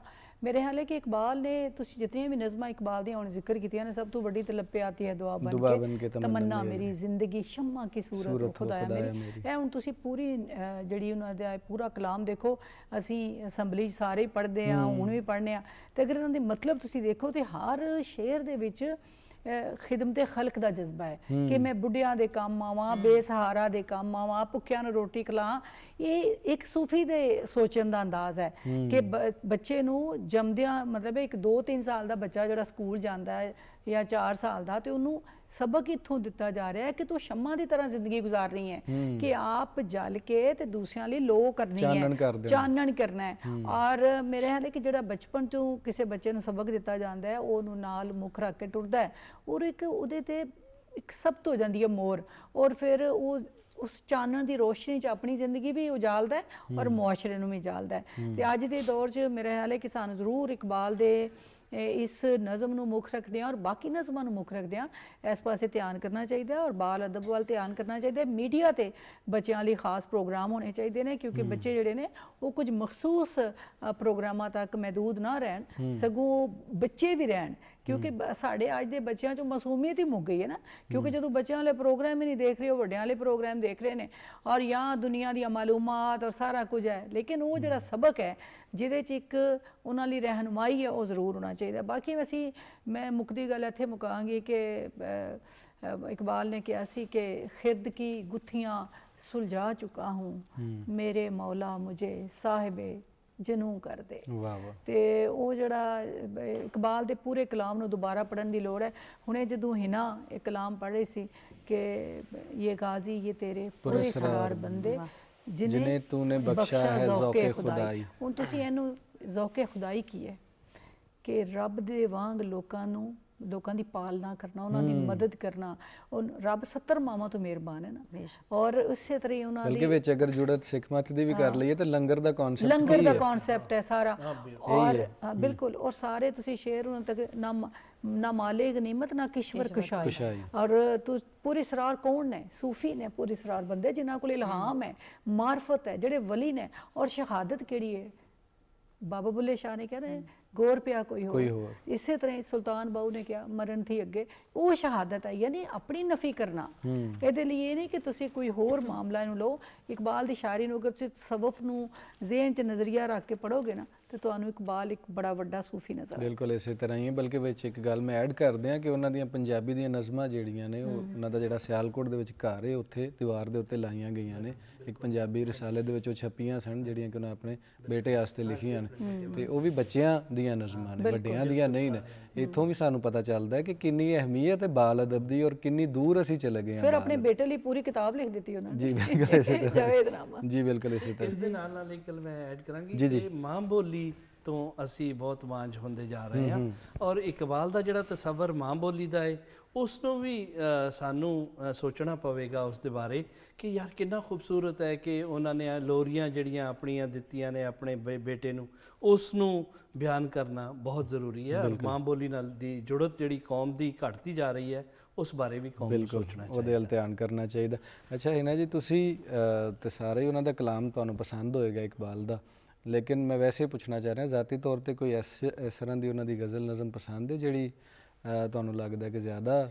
ਜਿਹੜੀ ਸਭ ਤੋਂ ਪਹਿਲੇ ਮੈਂ ਸੁਣਾਈ ਤੁਹਾਨੂੰ, ਜਬ ਇਸ਼ਕ ਸਿਖਾਤਾ ਹੈ ਆਦਾਬ ਖੁਦਾ ਦੀ, ਇਹੀ ਉਹ ਪਹਿਲੀ ਉਹਨਾਂ ਦੀ ਗਜ਼ਲ ਸੀ ਕਿ ਜਿਨ੍ਹਾਂ ਨੂੰ ਸੁਣਨ ਤੋਂ ਔਰ ਪੜ੍ਹਨ ਤੋਂ ਬਾਅਦ, ਕਿਉਂਕਿ ਇਹਨੂੰ ਮੈਂ ਖੁਦ ਕੰਪੋਜ਼ ਕੀਤਾ ਸੀ ਔਰ ਕਲਾਸ 'ਚ ਬੈਠ ਕੇ ਬਲੈਕ ਬੋਰਡ 'ਤੇ ਮੇਰੀ ਇੱਕ ਦੋਸਤ ਸੀ ਉਹ ਲਿਖ ਰਹੀ ਸੀ ਤੇ ਫਿਰ ਮੈਂ ਟਿਊਨ ਬਣਾਈ ਉਸ ਟਾਈਮ ਔਰ ਉਸ ਤੋਂ ਬਣਾਉਣ ਤੋਂ ਬਾਅਦ ਇੱਕ ਕੈਫੀਅਤ ਬਣੀ ਔਰ ਉਸ ਤੋਂ ਬਾਅਦ ਮੇਰਾ ਜਿਹੜਾ ਸਟਰਗਲ ਪੀਰੀਅਡ ਸੀ ਪ੍ਰੋਪਰ ਜਿਹਨੂੰ ਪ੍ਰੋਫੈਸ਼ਨਲੀ ਕਹੀਦਾ ਫਿਰ ਉਹ ਮੈਂ ਸ਼ੁਰੂ ਕੀਤਾ। ਬਿਲਕੁਲ ਇਹ ਚੀਜ਼ ਸੀ। ਦੂਸਰਾ ਅਲਾਮਾ ਸਾਹਿਬ ਨੇ ਜਿੰਨੀਆਂ ਵੀ ਕਲਾਮ ਲਿਖਿਆ ਹੈ ਉਹਨਾਂ ਦੀ ਇੱਕ ਫਾਰਸੀ ਦੀ ਇੱਕ ਨਜ਼ਮ ਹੈ, ਮੇਰੇ ਉਸਤਾਦ ਨੇ ਇੱਕ ਦਫਾ ਮੈਨੂੰ ਸੁਣਾਈ ਔਰ ਬੜੀ ਮੇਰੇ ਦਿਲ ਨੂੰ ਲੱਗੀ ਕਿ ਪੂਰੀ ਉਹਨਾਂ ਦੀ ਕੁਲਿਆਤ ਦਾ ਨਿਚੋੜ ਹੈ ਉਹਦੇ ਵਿੱਚ ਕਿ ਗਰਦਿਲਮ ਆਇਨਾ ਏ ਬੇਜੌਹਰਸਤ वर बिहरफम गैर कुरां मुज़मरिस्त ई ख़याबा राज खादिम पाकुन पर्दाए नामूस से फ़िक्रम चाकुन रोज़े मेशर खारो रुसवा कुन मरा बी नसीब अज़ बोसाए पाकुन मरा।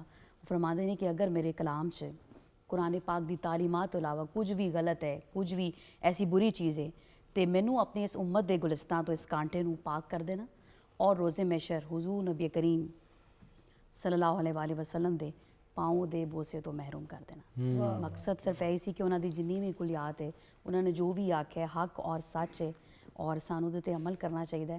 और मैं ज़रूर चाहांगी कि सब नू उन्हां दा कम अज़ कम रात नू सोन तो पहले एक कलाम जिहड़ा ना ज़रूर पढ़ना चाहिए, बिल्कुल तशरीह करनी चाहिए। बड़ी बेहतरीन तब्दीली जी बिल्कुल वधिया गल तुसी कीती है। ना तो ज़मीन के लिए है ना आसमां के लिए जी, ये मैं चाह रहा कि साडे सुनने वाले देखने वाले जिहड़े ने इहदे तो भी जिहड़ा ना फैज़ हासिल करन जी।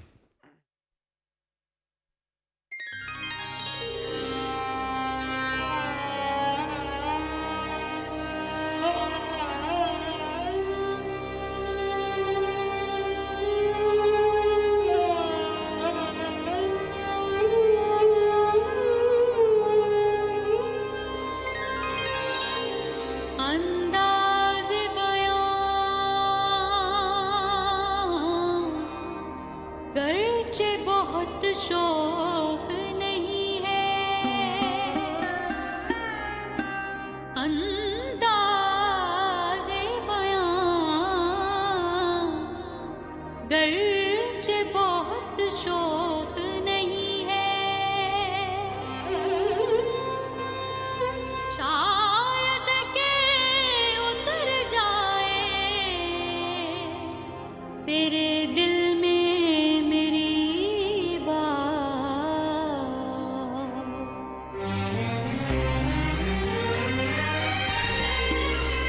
न तू ज़मीं के लिए है न आसमां के लिए, न तू ज़मीं के लिए है न आसमां के लिए, जहाँ है तेरे लिए तू नहीं जहाँ के लिए।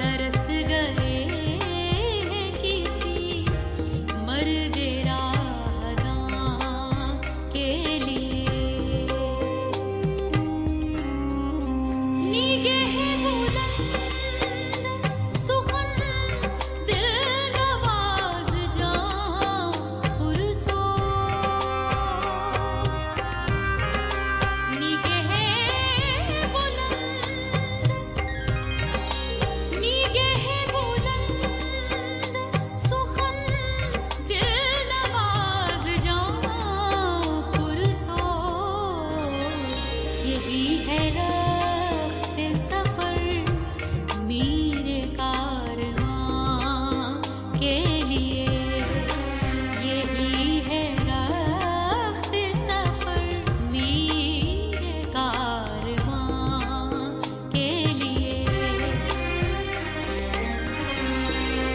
ये अक्लो दिल है शरर शोलाए मोहब्बत के,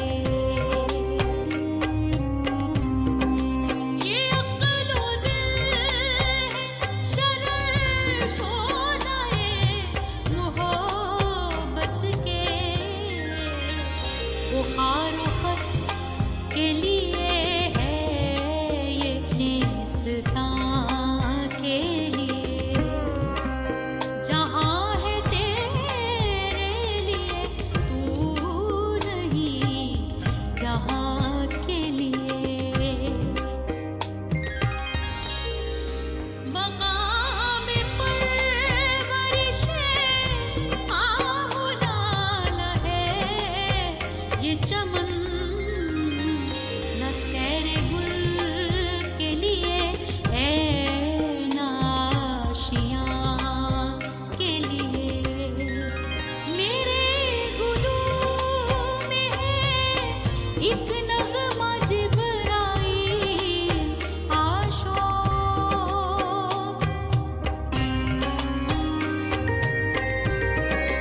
मेरे गुलू में है एक नगमा जिब्राईल आशोक। संभाल कर जिसे रखा है लामकां के लिए, संभाल कर जिसे रखा है लामकां के लिए।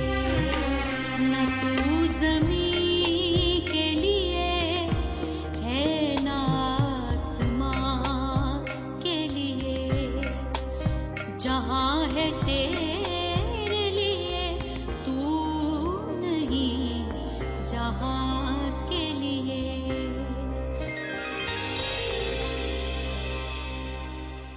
वाह, बहुत खूबसूरत। जहाँ है तेरे लिए तू नहीं जहाँ के लिए। बड़ा सोहਣਾ ਕਲਾਮ ਤੁਸੀਂ ਇੱਕ ਤੇ ਚੂਜ਼ ਵੀ ਕੀਤਾ ਹੈ, ਫਿਰ ਉਹਨੂੰ ਪੜ੍ਹਿਆ ਵੀ ਹੈ ਔਰ ਉਹਦਾ ਇੱਕ ਰੰਗ ਵੀ ਕਿਤੇ ਨਾ ਕਿਤੇ ਬਣ ਗਿਆ ਸਾਡੇ ਸਾਹਮਣੇ।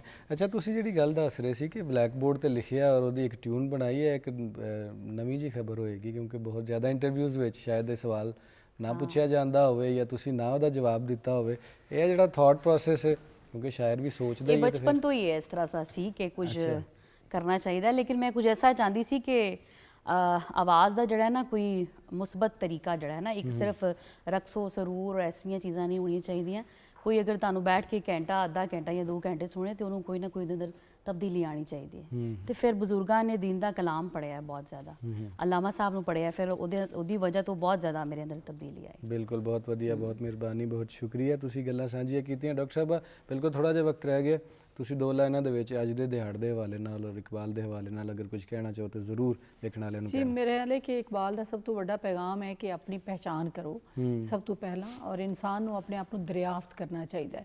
ਜਿਸ ਤਰ੍ਹਾਂ ਹੁਣੇ ਇਹਨਾਂ ਨੇ ਨਾ ਤੂੰ ਜ਼ਮੀਨ ਕੇ लिए है ना आसमां के लिए, ਕਿ ਇਨਸਾਨ ਜਿਹੜਾ ਨਾ ਪਹਿਲੇ ਉਹ ਜਹਾਨ ਲਈ ਨਹੀਂ ਹੈ, ਜਹਾਨ ਉਹਦੇ ਲਈ ਹੈ।